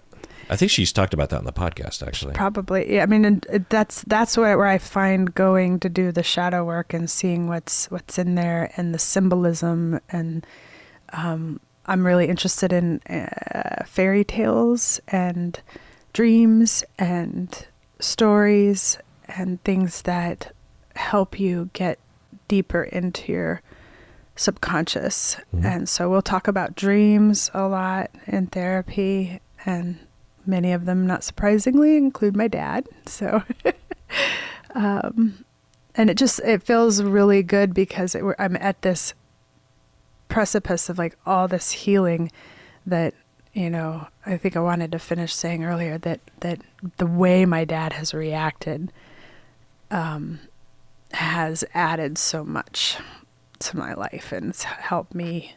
And I've taken it as nutrients, and I've put that in my garden, like I'm like, thank you. But now it's also like, okay, I don't have these like external others that I really want all this love, or, I mean, I do have needs, but it's not kind of the same pressure I felt about like, does my dad love me? So now I'm very like in the, do I love me? Like, what's inside of me? Who am I? Who do I want to be?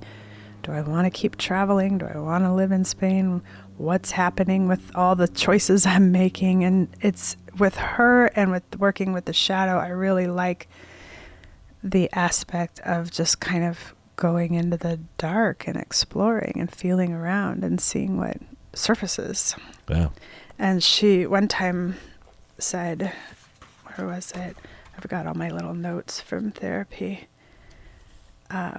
She said, it seems like you're asking yourself, how can I be more the way I am?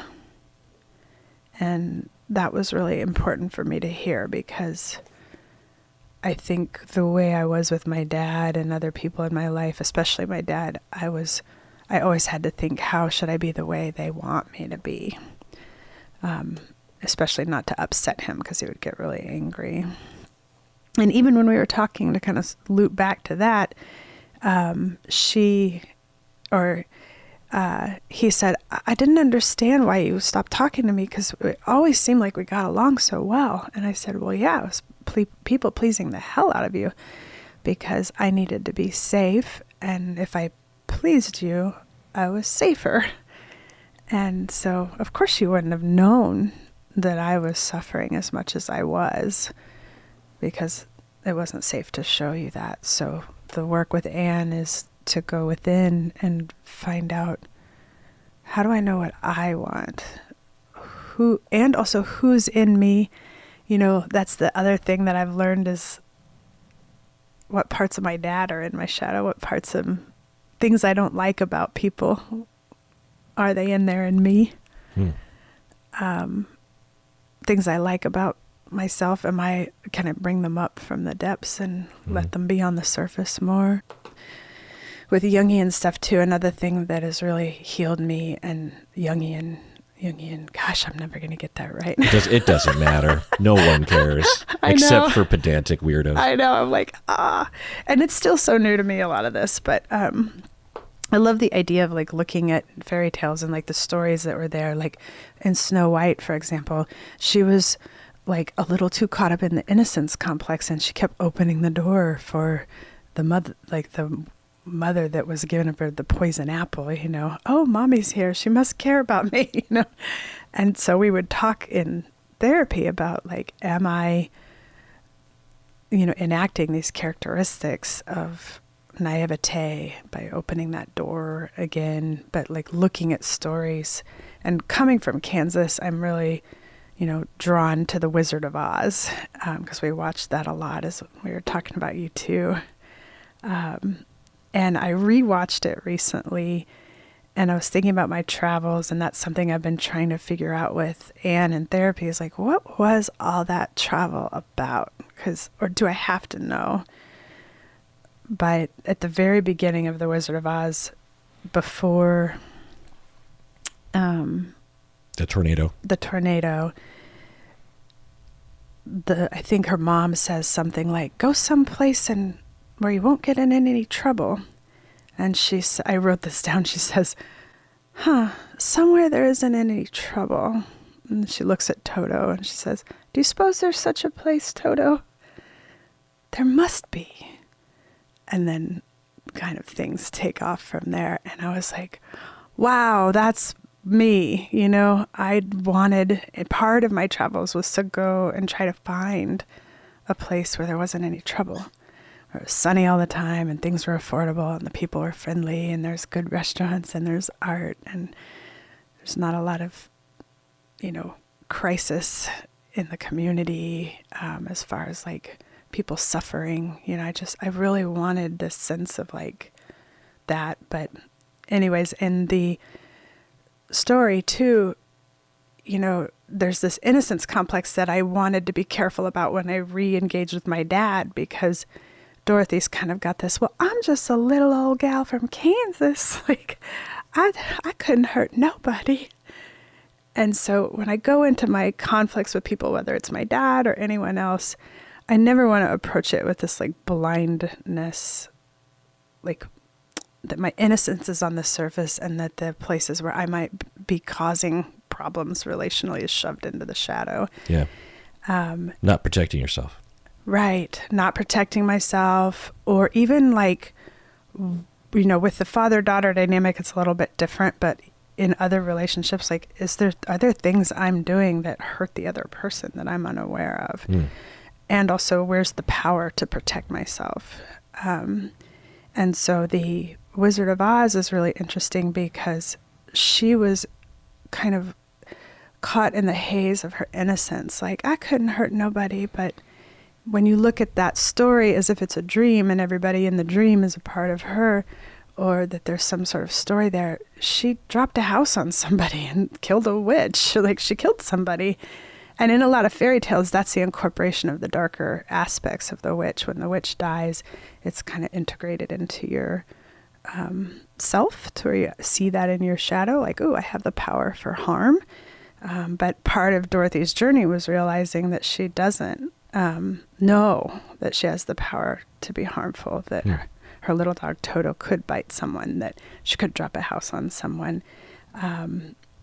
And her ego couldn't handle kind of seeing that. And that's the other thing I think about the healing in regards to my dad and ego is I've realized as children, you need to have a really big, strong ego about, you know, you need to really feel so loved and liked and everything's just so great about you and you're the fastest runner and all that stuff. Because at some point, you're going to have to reckon with the parts of you that are not great or not totally innocent. And if you never got enough self-love and ego really propping you up to help you stand on the ground, you can't withstand. Right. It's too threatening. Being humbled by seeing these parts of yourself that are like, oh, I guess I do that too. Right. Especially when you're wrestling with the reality that you're not being loved enough, maybe because you're not good enough, quote unquote, as a child. To contemplate a flaw is to admit and swim in the belief that because of these flaws, you will never get love. Yes. Yeah. And then also I get mad at myself for believing that and then acting in ways that cause me more problems in life. But yeah, I think... I will tell you, I know you pretty well. And you don't really have those sharp edges. No. I'm just telling you from one observer of your person, the space you're in of those questions. There are other people where I would say, or I would be thinking anyway, that, oh, this is good that they're thinking about that because they do rub a lot of people wrong. Yes. And they're not aware of it, or they are hurting others in ways that they justify themselves or something. Yes. You don't have anything like that. Good. I think I would imagine dispositionally you're just kind of naturally that way, but also because of your people pleasing, like you could do by hurting people a little more, and it would probably just bring you to balance. You know what I mean? Yes. I'm working on that. I keep getting kickback whenever I try to do that, but so you got a lot of leeway, you got a lot of wiggle room to play around in before, and I promise you that if you cross that line with me or others that I witness, I'll tell you. But I doubt that'll ever happen. It's my mom where I push it the most. Where you push her? Yeah, where I will kind of regress to like a kid. I get so mad because she made choices that put me in the line of fire, harm, and I wish she would have had that ability to slow down and think before she made some of her choices. And maybe traditionally she's always been the safest person to you, so she gets it more than other people would. Yes, she was the safest, but I think because I've worked with so many people and because I see other people get in their own way, I am so like, I want to know what's in my shadow.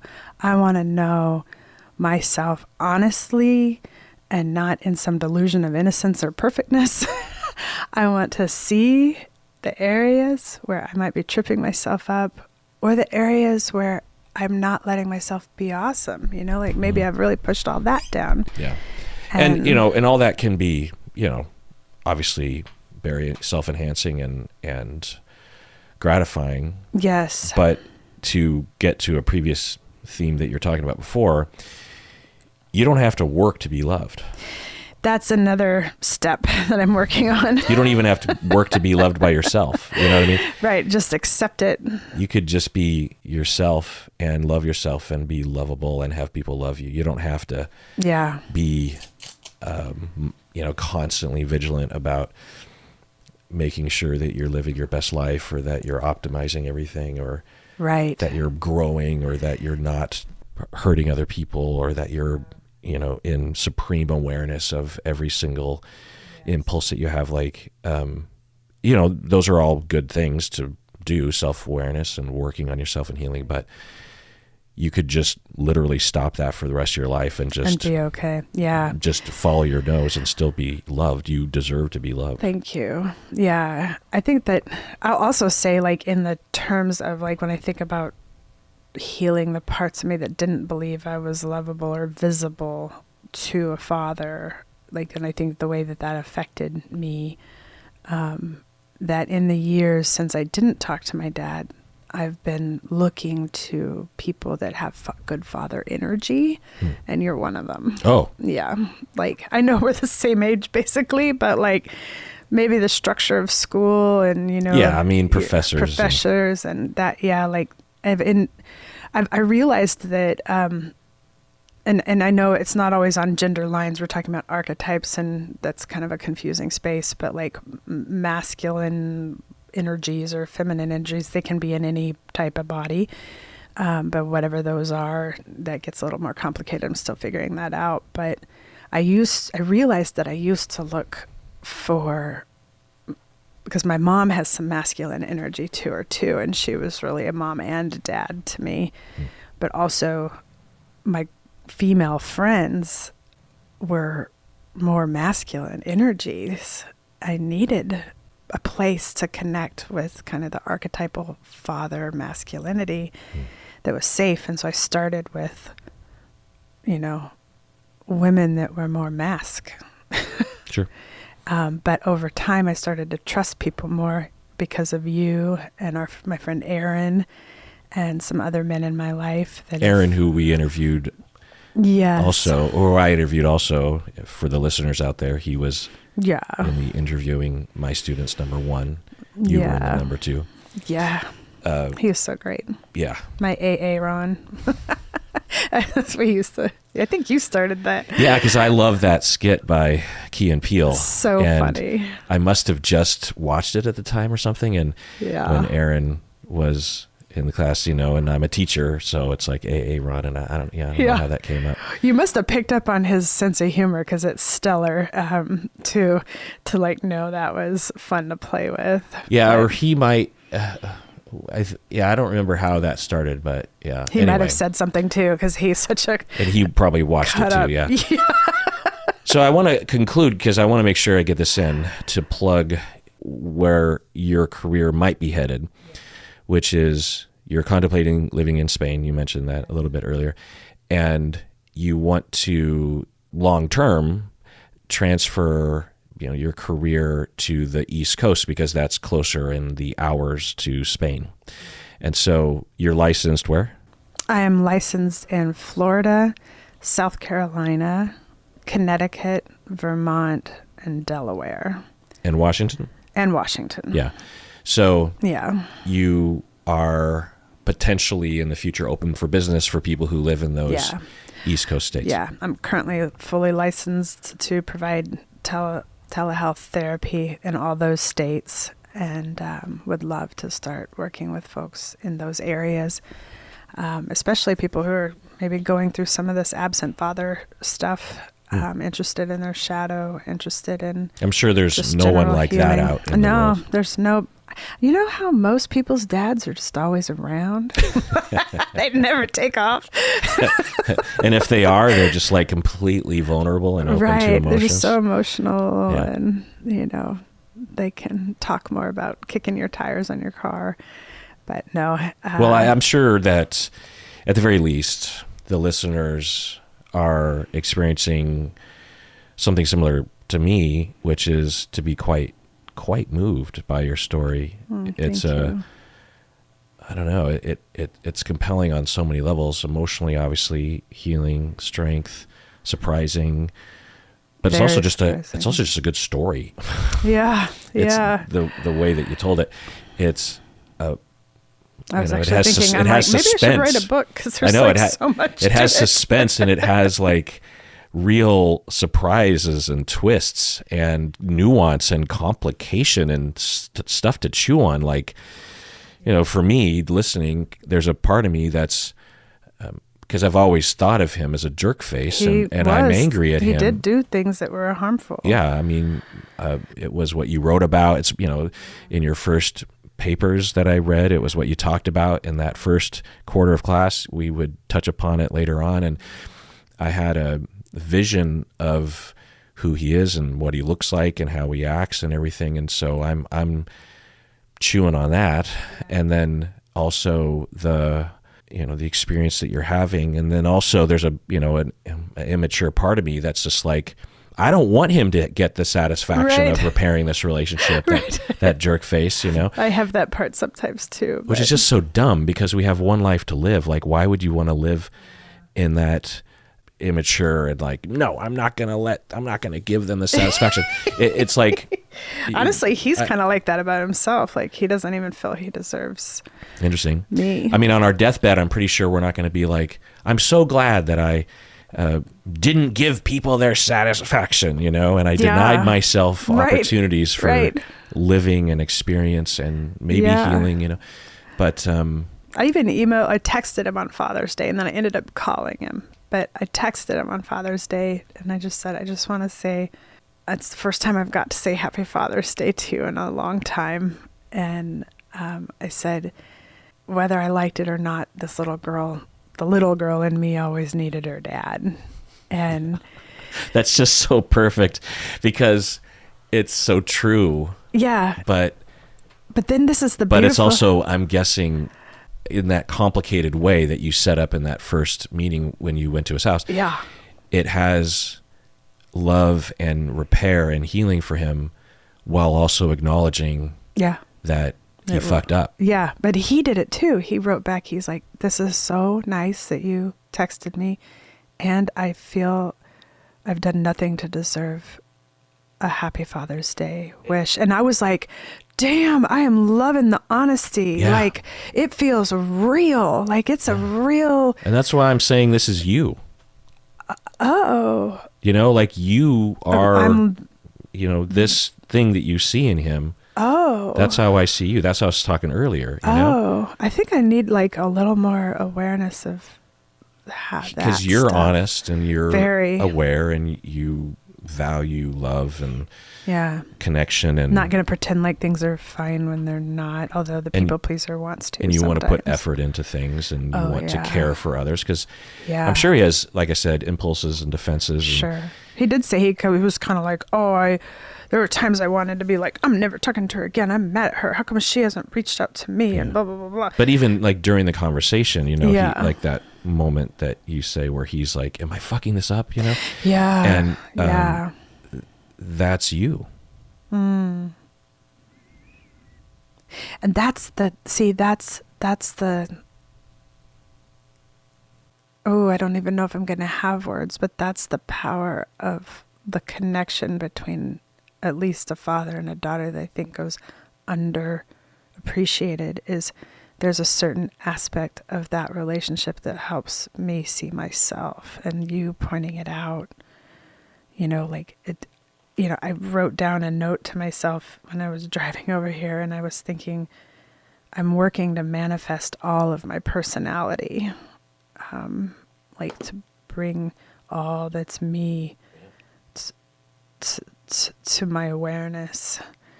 and to do it in a way that, I don't know. Meets your needs. Yeah. And I'm also done with kind of the fight, like there's this story I heard.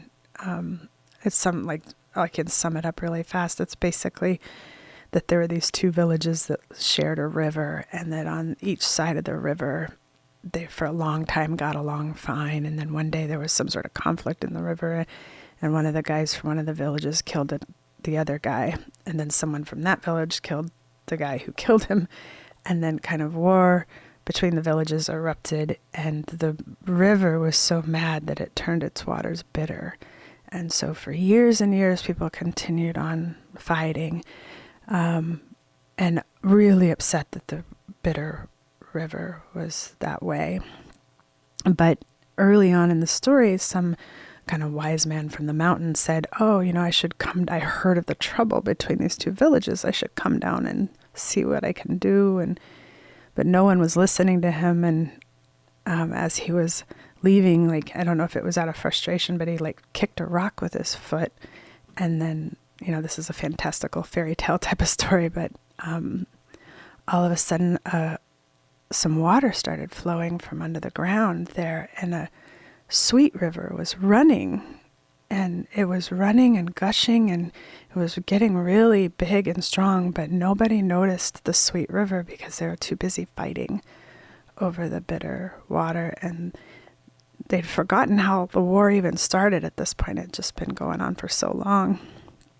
And, the idea is that, to me, there is a sweet river to go to, and I could have stayed in the bitter river with my dad. And, I think I invited him to the sweet river, and he accepted my invitation. Mm-hmm. You also guided him. Yeah. Yeah. I mean, he wanted to, and he put effort into, but there were times when he was going to the bitter river, and you said, yep, you're going there. And he was like, okay, yeah, that's right. Yeah. And I feel, I don't know, like, I guess I've always been mindful of talking about this, that there might be people listening who are just like, there's no way in hell that's going to work with my person that I'm estranged from. And I want to honor that hard, stuck place, and that it's real for some people. And it was real for me for a very long time. And maybe the work I did and the luck that my dad didn't respond in a terrible way, and that he's been doing what he's doing, I feel really, I don't know, surprised, happy, good, lucky. Yeah, and I think what you've really modeled as a former pleaser yourself, with one toe still in the pleasing waters, that you model to a lot of the listeners who were also pleasers, who might be estranged or might be in the midst of still in, they're you 20 years ago, where they're still pleasing the harmful attachment figure. What you've modeled is that there's a third answer. There's not estrangement versus pleasing. There's a third answer, which is standing on the ground, which might not have ever been modeled to them or to explain. Because, you talk to friends and they're going to be like, be estranged, like, fuck that person. And then the inner voice or family pressures or whatever telling you to please, and so people bounce. Those are the options, right? And honestly, the estrangement is probably the better of the options. Yeah. I mean, it was peaceful. Yeah, but there's a third option. Yeah. And you're modeling that. Yeah. Where, there's pleasing aspects, but you're not being a pleaser. No. And finally, that's kind of what I was breaking for her. Like, I was speaking for her. I was no longer pleasing him, I was setting it out there straight. I knew I would be okay if I did, or at least I thought so. And I think that's the other thing that really blew me away, was how quickly he course corrected when I was honest. And I did have this part of me that wondered, I know I didn't have the ability or the safety to do so when I was younger, like much younger. But other parts of my life, I wasn't ready to be honest and not people please for safety. But I was like, gosh, I wonder if I had said, hey, that's not okay for me, and we're not going there more often, Or in a different way. Like I was very reactive when I would get upset with him when I was young, like screaming, like, "You're always criticizing me," and blah, and like hanging up the phone, like, and crying. I mean, every time I got off the phone with him, I was crying. Yeah, I mean, what's done is done, and what are you going to do? But like, wow, I was able to find another way. Yes. Right, and it is a narrative that isn't usually talked about, and more broadly, when we talk about just issues like this in general, whether it's parents or estrangement or exes or that person at work or something, we think of those dichotomies. Either I have to completely give in, or I have to just stand my ground and draw my boundaries. Right. Or you just can't say anything to that person because they've got some sort of personality disorder going on and they're never going to change. Or I've already tried to tell them and they never changed. And maybe that's true. Yeah. But more often than not, if you stand on the ground and you are firm but open and believing in the other person, you believe, like, even if the first foray of, hey, I'm going to draw this boundary, I want you to change that aspect, and they push back on that, but you believe, they'll get there. I just have to keep believing in them and laying it out for them, and maybe giving a little leeway right now, because ultimately I'm trying to engineer this life so that I get my needs met. Yeah. And there's a certain point when I'm gonna jump ship, but we're not there yet. Yeah. And if anything's gonna work, I can't just jump ship at the first sign of trouble. But that is an option that I will resort to eventually if things continue. Yeah, I was like, I did it once, I can do it again. Right. So, I don't have to. I can really easily return to no contact. And I did even tell him too. I was like, I'm here and we're talking, but this isn't like we're back on. Like this is. We'll see how it goes. And I'm feeling so good about how it's going. And I have a lot of empathy for him as much as I have, accountability. And there are some times that he's kind of like, I'm so glad this is all behind us now and we don't ever have to talk about it again. And I was like, we'll see, But in another way too, like I could, if I need to talk more about things with him, I will. But also my mind is like, what's the sweet river hold? Like, Well, also, what does he mean by that when he says that? Is he truly saying what it sounds like, which is, I believe I've repaired everything and we never have to talk about it again, and if we talk about it again, then you're just dwelling on the past. That probably isn't what he's saying. No, it's not. What he's saying in his, in his way is, I'm just so glad that we've sort of broken through into this zone where we can just hang out and talk about casual things and have a relationship. I'm just so happy that that's happening, makes me want to cry thinking about it a little bit, actually. Yeah. And I know how to provide, weirdly, even though I don't want to parent him too much, I've tried to watch that. I think I know how to provide a structure in which, and like, I'm very clear, like, here's a topic I'd like to talk about, or here's a, even if it's just like fiber or art, or what do you think about that movie? But like when it goes into areas that I don't want to talk about, the old me used to just be like, well, here we go again. I have to tolerate this because, as a kid, I couldn't be like, well, I'm 9, time to get my own apartment. This is too much for me. Like, so I've really taught my younger self, like, I got you now. I will walk us out of any bad situation. And I can also tell this person, I don't want to have this particular type of connection. This is the kind of connection I do want to have. Yeah. I mean, he, as most people do, is probably more desperate for this relationship than you are for him. And if you show the way and say, this is all you got to do, it's just listen to feedback and trust me, and you've exuded that and convinced him that you can be trusted in the midst of criticism and deep communication of pain. It's like, how does all that fit in? It's like, I'm going to be telling you how much you harmed me, but you can trust me that, well, in a sense, unconditional love or unconditional something. Like I have some belief in your full humanity. And I think one of the other things is one of the only reasons I could move towards his humanity and let him be a both and, let him be a person who's both good and did all these things that hurt me, is because of shadow work, because I'm very interested in a full human and not a pretend perfect person.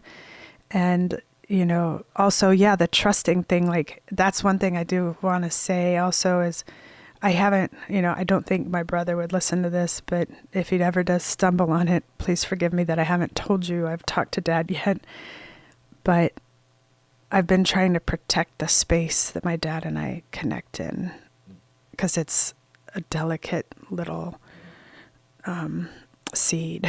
Right. The triangles will form eventually. Yeah, and my brother, rightfully so, is very angry at my dad about some things, but he wouldn't approach talking to my dad the way that I have, and that's his. Yeah. He doesn't have to be like me, but that's between the two of them. Well, and your brother should respect and support you, even if it's not what he would be doing, and your brother should not react as if you're being disloyal to your brother or something. No, I don't. And it's tough for me. It's been hard for me to realize because of the enmeshment stuff, I don't owe telling my family the update that I've been talking to him. And I do want that, because our whole family dynamic could really mess things up as far as, like, right now I'm just, it's like, what do you put when you put a seed in a little thing in the nursery? It's just the tiniest little leaves that are growing, and it's just hopeful, and so it shouldn't be outside yet. Among all the elements. So I'm just gonna keep taking, because I do, my dad has hurt me, but he's also even in the past, he wasn't all bad. It was just a little too far on the majority bad. There was some really rough stuff. Yeah. But I still have some positive memories, and I think that's the thing about, like, the Dorothy. I don't want to be in a delusion of everything's all bad or everything's all good. I want to internalize the reality of we all have power for good and we all have power for bad. I mean, at the end, that's what the Glinda the Good Witch says to her, is like, you've had the power all along, my dear. And I think it's just sometimes when you're not ready to use it. I don't know. But I want someone to give me I want to give other people the grace that I'd like them to give me for my humanity and my goodness and my flaws. Now I just feel free. I feel so liberated. I'm just like singing and creating art. Yeah, it's just I don't know how to. I'm like, who is this person? And truly, I feel so, I don't know, like, can I tell one other little story? I know this is going really long. Clarissa Pinkola Estes is a young Jungian analyst, and she is really wonderful. And she has got several books that I like. Women Who Run with the Wolves is probably her most popular one, but I was listening to another one called The Late Bloomer. And in that, she was telling a story about, like, figuring out who you are and creating. And she was saying, sometimes an artist will look at, like, a blank piece of paper in front of you, like the white paper, and they're thinking, oh my gosh, I don't know what to put on this. Like, what do I have to put there? And she said, sometimes it's helpful to start thinking about what's already in the paper. And Thich Nhat Hanh talks about this a little bit too. He's a Buddhist guy. But she said, imagine this paper. It used to be this tree. And can you see the tree? Can you see the moonlight on the tree? Can you feel the rain on its branches? Can you see the bird on the tree? Can you see the child playing at the base of the tree?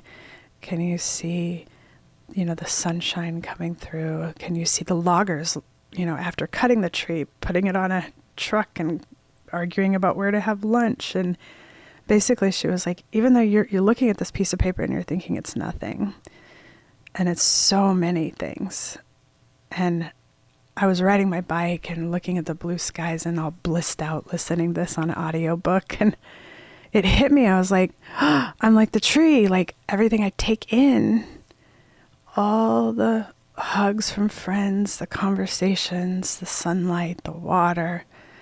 I always have to say tacos and rainbows because that's all good stuff. But and then my dad, like something about, I realized I'm me, but I'm also everything else.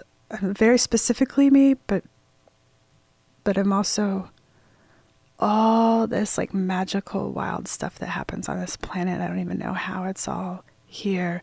But it was almost like this last piece of the puzzle of my dad, kind of like that, and this idea of the tree and me being filled with life and love. And I just realized, click. I'm fine. I don't know. And now I get it. I can't repeat it, but I get it. Yeah. Well, your story is truly inspirational, moving, interesting. I don't know, a lot to chew on. It is. So thank you for letting me share it. So to spell your name, if people want to find you online, yes, it's 2 R's in the Forrester. Yes. Christy Forrester. Christy Forrester. And it's a Y at the end of Christy. Yeah. And online it's forrestertherapy.com. Okay. So thanks for coming on the podcast. Yeah. And thank you. Good to catch up. Yes. And also, like, I don't know, I just want to say to the listeners too, like, I'm a listener. I listen to every episode, and hi, tribe.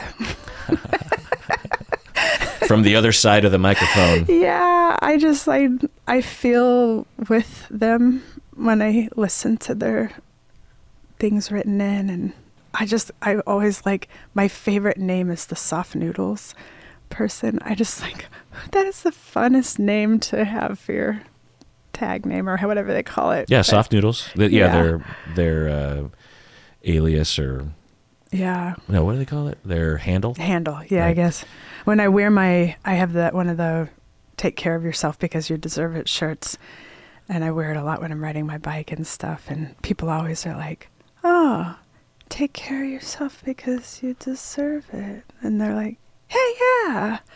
And I just often think, I wonder if I'm ever going to bump into somebody who knows what this is. But I feel kinship to the listeners. Yeah. Yeah. I mean, you've been around the podcast from the beginning or from the early days. Mm-hmm. And I feel like you're a part of the family. Yeah. I'm just so grateful you do this, Kirk. It's honestly, I mean, people write in about how it's changed them, but,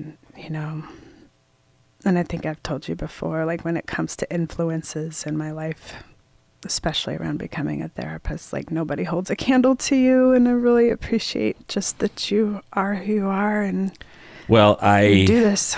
I can say with a lot of confidence that when I met you, you had the talent and the drive and the soul of a true therapist. Mm. And, I just needed to teach you the ropes and some of the legal stuff or some of the, maybe the professional side a little bit. But, you have a mind for business. You have a mind for listening. You have a mind for,